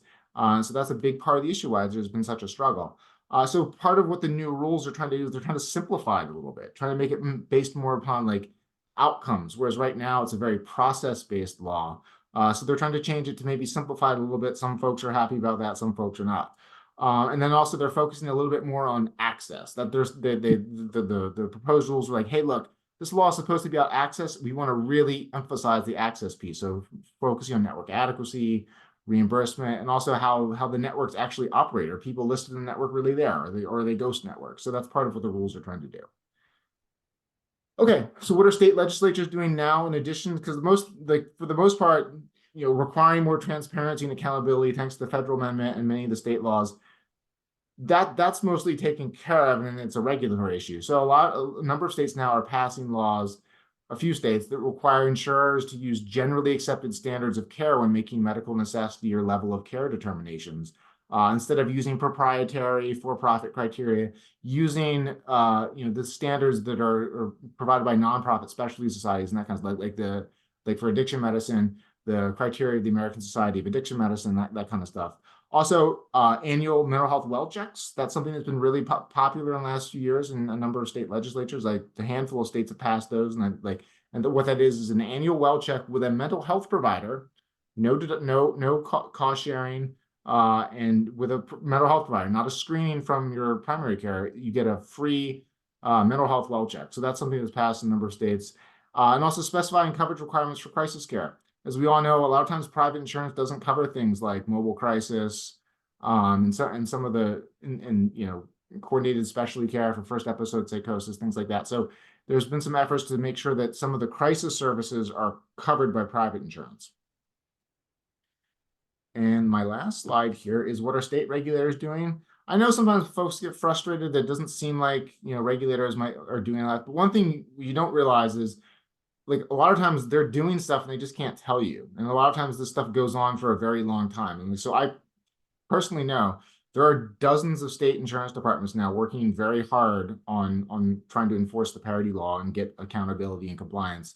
One issue, though, is many state insurance departments, they want to enforce, although they feel a little bit intimidated by the law because it is so complex. So that's a challenge. Educating regulators is very important. That's something I've been trying to do over the last few years. And also, a lot of state insurance departments, they hire these outside firms to help them enforce the parity law and other laws. Some of them are good at this and some of them are not. So that's one of the issues. And if you have, you can contact me offline, and I can tell you which ones are good and which ones are not, because it really does matter. If your state insurance department hires the wrong firm to help them, they're not going to do anything useful. So it's very important they get the right ones. And that's something that most state insurance departments hire these firms to help them with some of their enforcement work on all kinds of laws, including parity. And with that, I will wrap up with, there's my contact information. So, and with that, I will turn it over for questions or anything else. Well, Tim, thank you so much. And I know there's going to be lots of questions, so I'm really glad that you put your email in there, and I'll let folks reach out to you. And thank you again today for being with us and for joining the MHA family. And for all the folks who are still with us, who are sticking with us, we've got one more phenomenal presenter, and you'll see why it's so fabulous to be at Mental Health America's national office. Not only do we have Tim, we are about to hear from Nate Tatro, and Nate is the Vice President of Alliance Development at Mental Health America. But before he came there, he was the Deputy Director of Digital Health at the American Psychiatric Institute. So today he's going to really be focusing in on an area that he's terrific at, mental health technology and your data. So Nate, please take it away. Thanks. And it's only over the past 10 minutes of this entire RPC meeting that I've had an unstable internet connection. So I am actually going to go off camera. I will save you from looking at my face for 20 minutes. But hopefully this will help to stabilize my connection. But hi, everyone. Nate Tatro, VP of Alliance Development here at Mental Health America. I work with all of our strategic partners, many of whom are on this call and who have helped to make these meetings possible. And I know Debbie thanked you, but I would like to thank you again. Thanks so much for making this happen. So, and real quick before I begin, just so you know, of course, I'll be talking about some federal and state laws and regulations, and nothing I say is going to constitute legal advice, but just looking to provide some information to you for your own awareness. So I'll start before we dive into it, just to think about the bigger picture, right? We live in a world that's filled with data, and the very idea of health information privacy has evolved as the healthcare industry itself has embraced all of this technology. So whereas once, we all used to be pretty concerned about the privacy of your personal conversations and your financial information, really as we've digitized health data, we've created new challenges for those who are responsible, namely private companies and federal and state governments, for ensuring that patient information remains private and secure.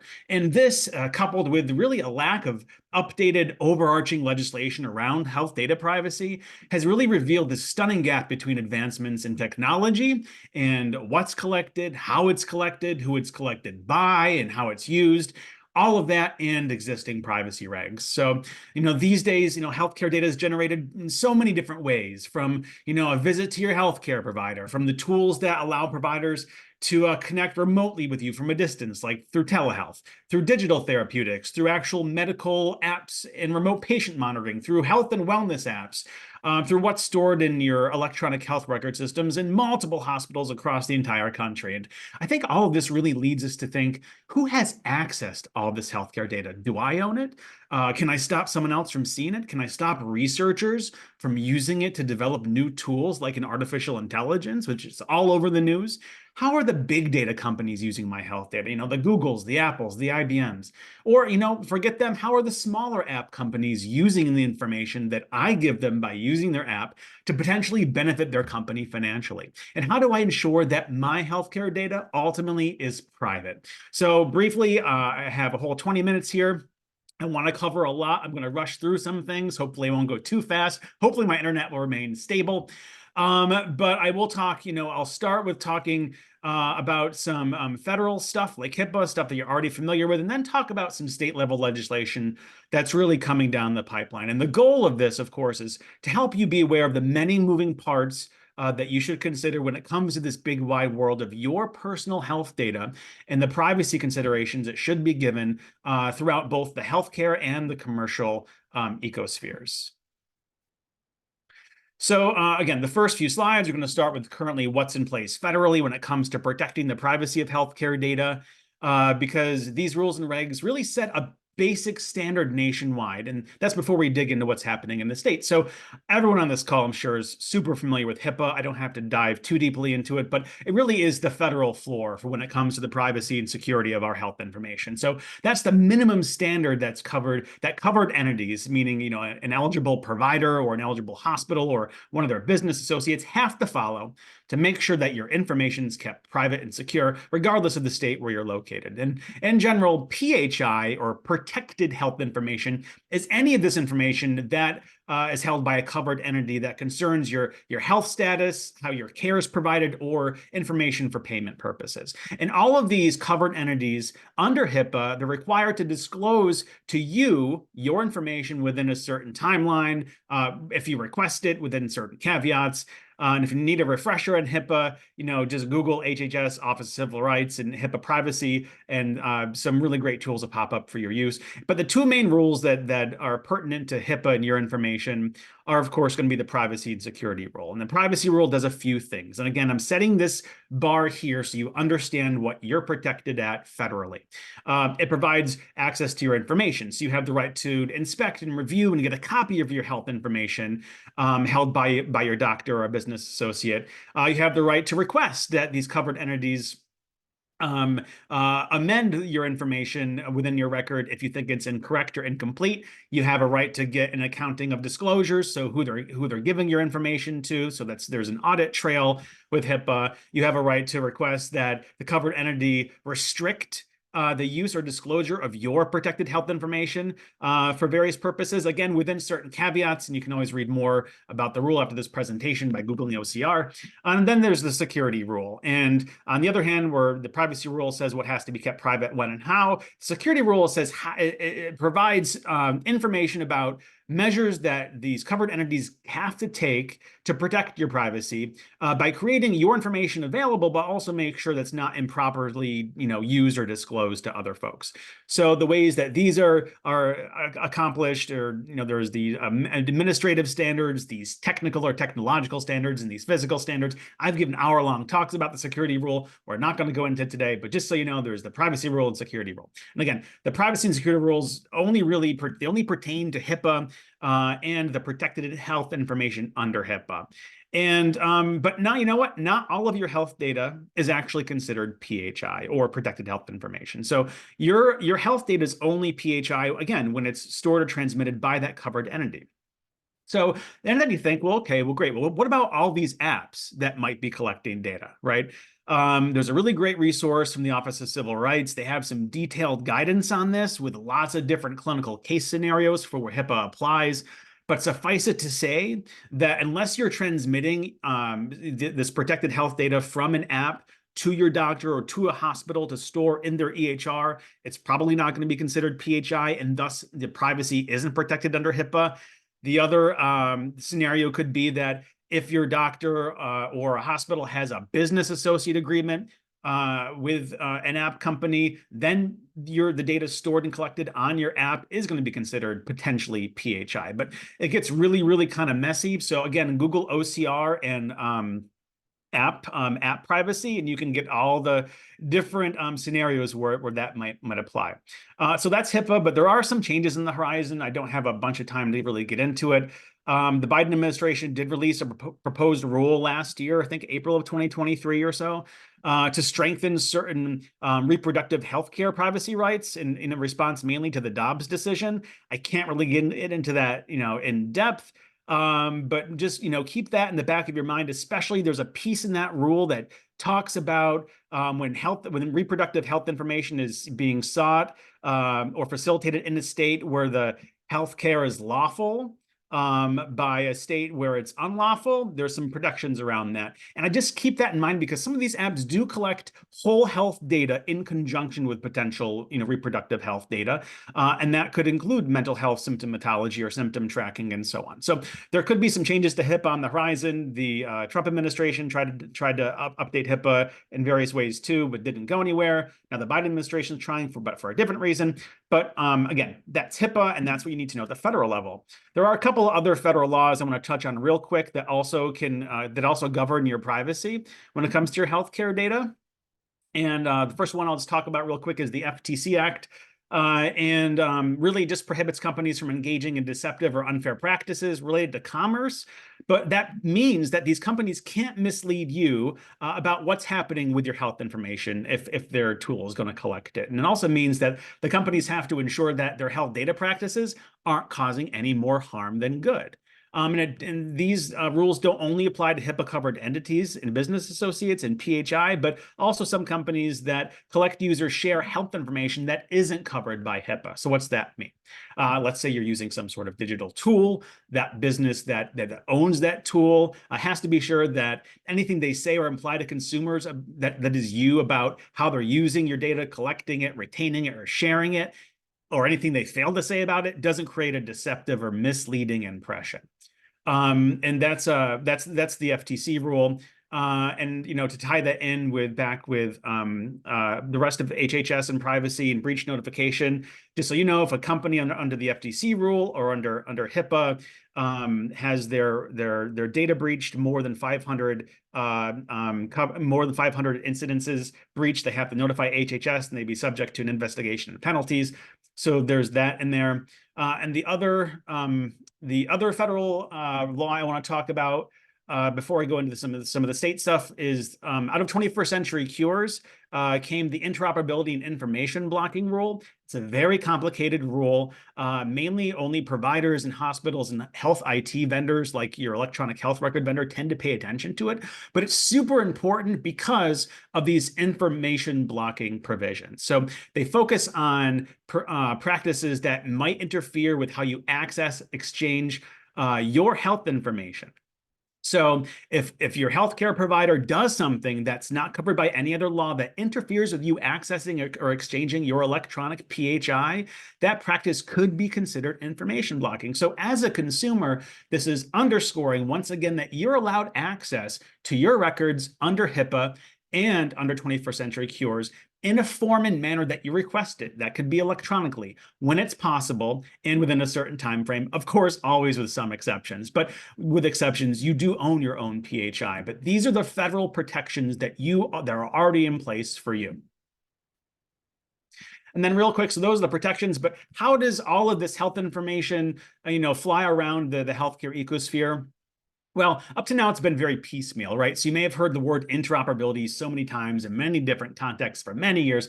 And for good reason. From before high-tech was passed in 2009, different electronic health record systems, sometimes in the same hospital, couldn't talk to each other, or they couldn't match one patient with the other. And that's in the same hospital, never mind across the country.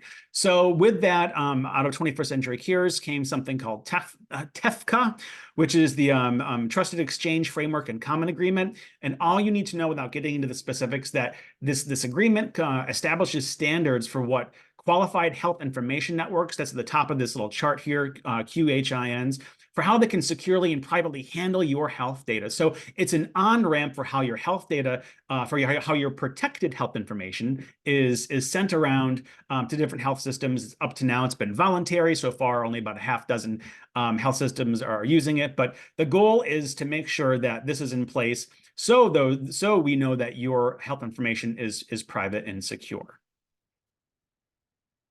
Whew, all right. So state consumer privacy law. So let's move on to how states are handling consumer data.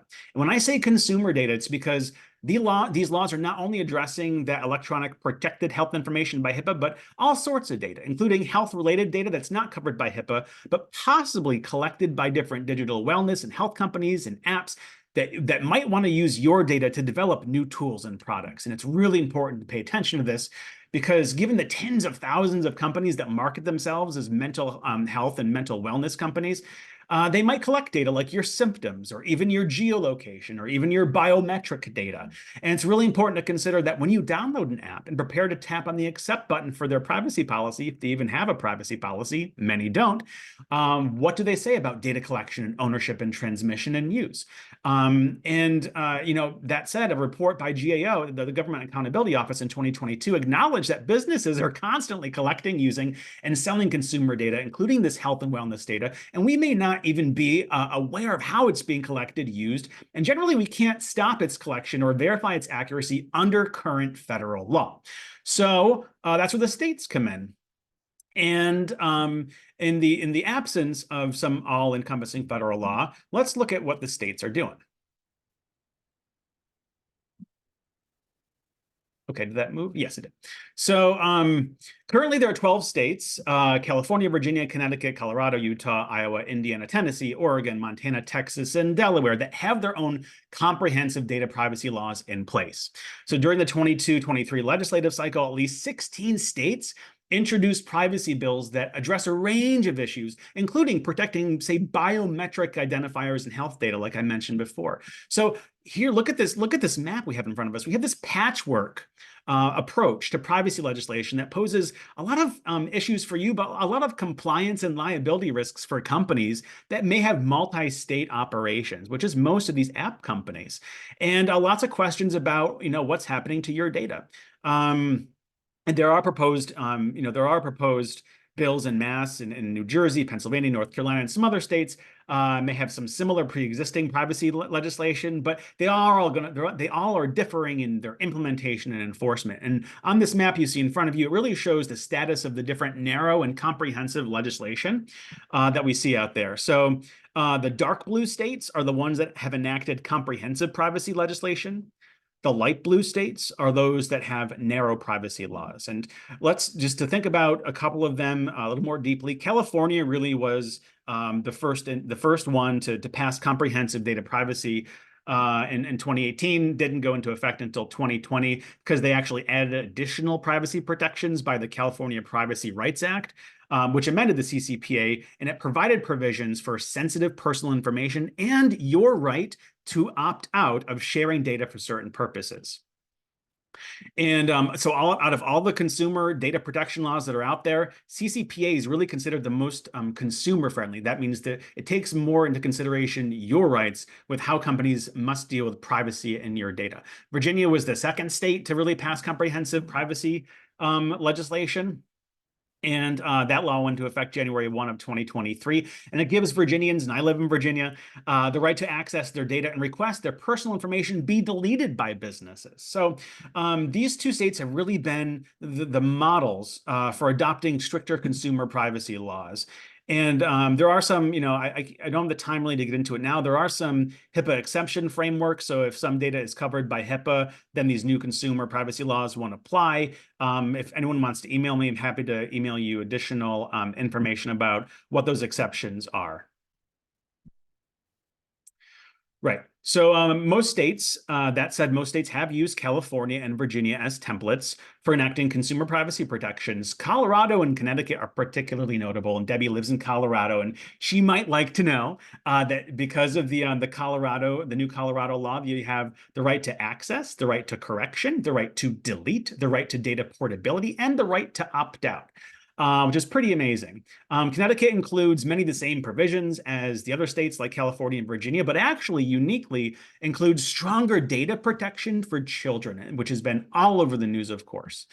And then, of course, here's just a list of states that's following what Virginia did. You can see there called the Virginia Roadmap for new laws when they come online. As you can see, lots of these, it's over the next several years.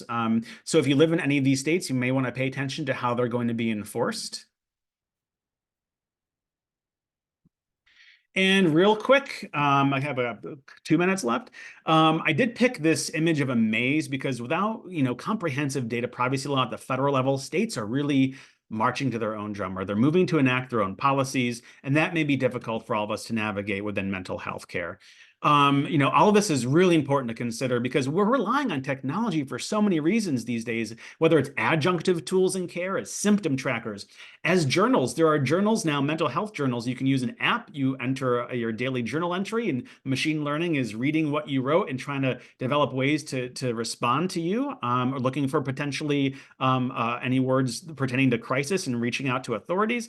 Data is a repository of our personal photographs, collectors of our biometric data, and so on. And companies, that aren't covered entities or business associates that fall under HIPAA, they could potentially collect and use our data in ways that we don't approve of. And, perhaps they could use our symptom trackers to develop better algorithms using AI that'll turn into very lucrative clinical decision support tools for that company, and you won't get anything out of it. Now, the thing that we also have to pay attention to, this is all going to be tied into health equity, because as a lot of these companies may be collecting data and then selling data to companies saying, here, use this data to develop something for clinical decision support. Well, perhaps the sample they drew from the app that they own that you didn't know they were taking your data from is not representative of the population at large that could potentially be used to help people. So if it's a homogeneous sample, that clinical decision support tool using data taken from your app isn't going to help people like it's supposed to be intended. And that's really where these privacy laws across the states come into play. Knowing who's collecting your data, why they're collecting it, what they're doing with it, being able to opt out and asking them to delete it. So that's what's happening across the states. Hopefully I didn't break up too much. Debbie, I couldn't see my Slack while I was rambling through all these slides, but I'm done. And thank you so much, everyone. Really appreciate your time this afternoon. Thank you, Nate. That was perfect. And you just leave me time for some extra thank yous. And after you see all the industry partners that make this possible, and I thank them once again, you're going to see a QR code for a survey. And we very much appreciate if you would fill out that survey. And here's how to contact all of us at Mental Health America. And I want to say a special thank you to my colleagues who are behind the scenes who have made everything work today. Special thank you to Alicia and Susan and Catherine Reynolds and to Jackie, because without all of their wonderful work, this wouldn't have happened. And again, I thank you and I look forward to seeing you at our future RPC meetings. See you all in person in Louisville in August, in New Orleans in December, and we will be having more webinars along the way. And please, our MHA affiliates, join your cluster call because you will get lots of cool information. So the survey's going to pop up when you exit, and we really appreciate you taking it. So again, thank you for coming and look forward to seeing you all again.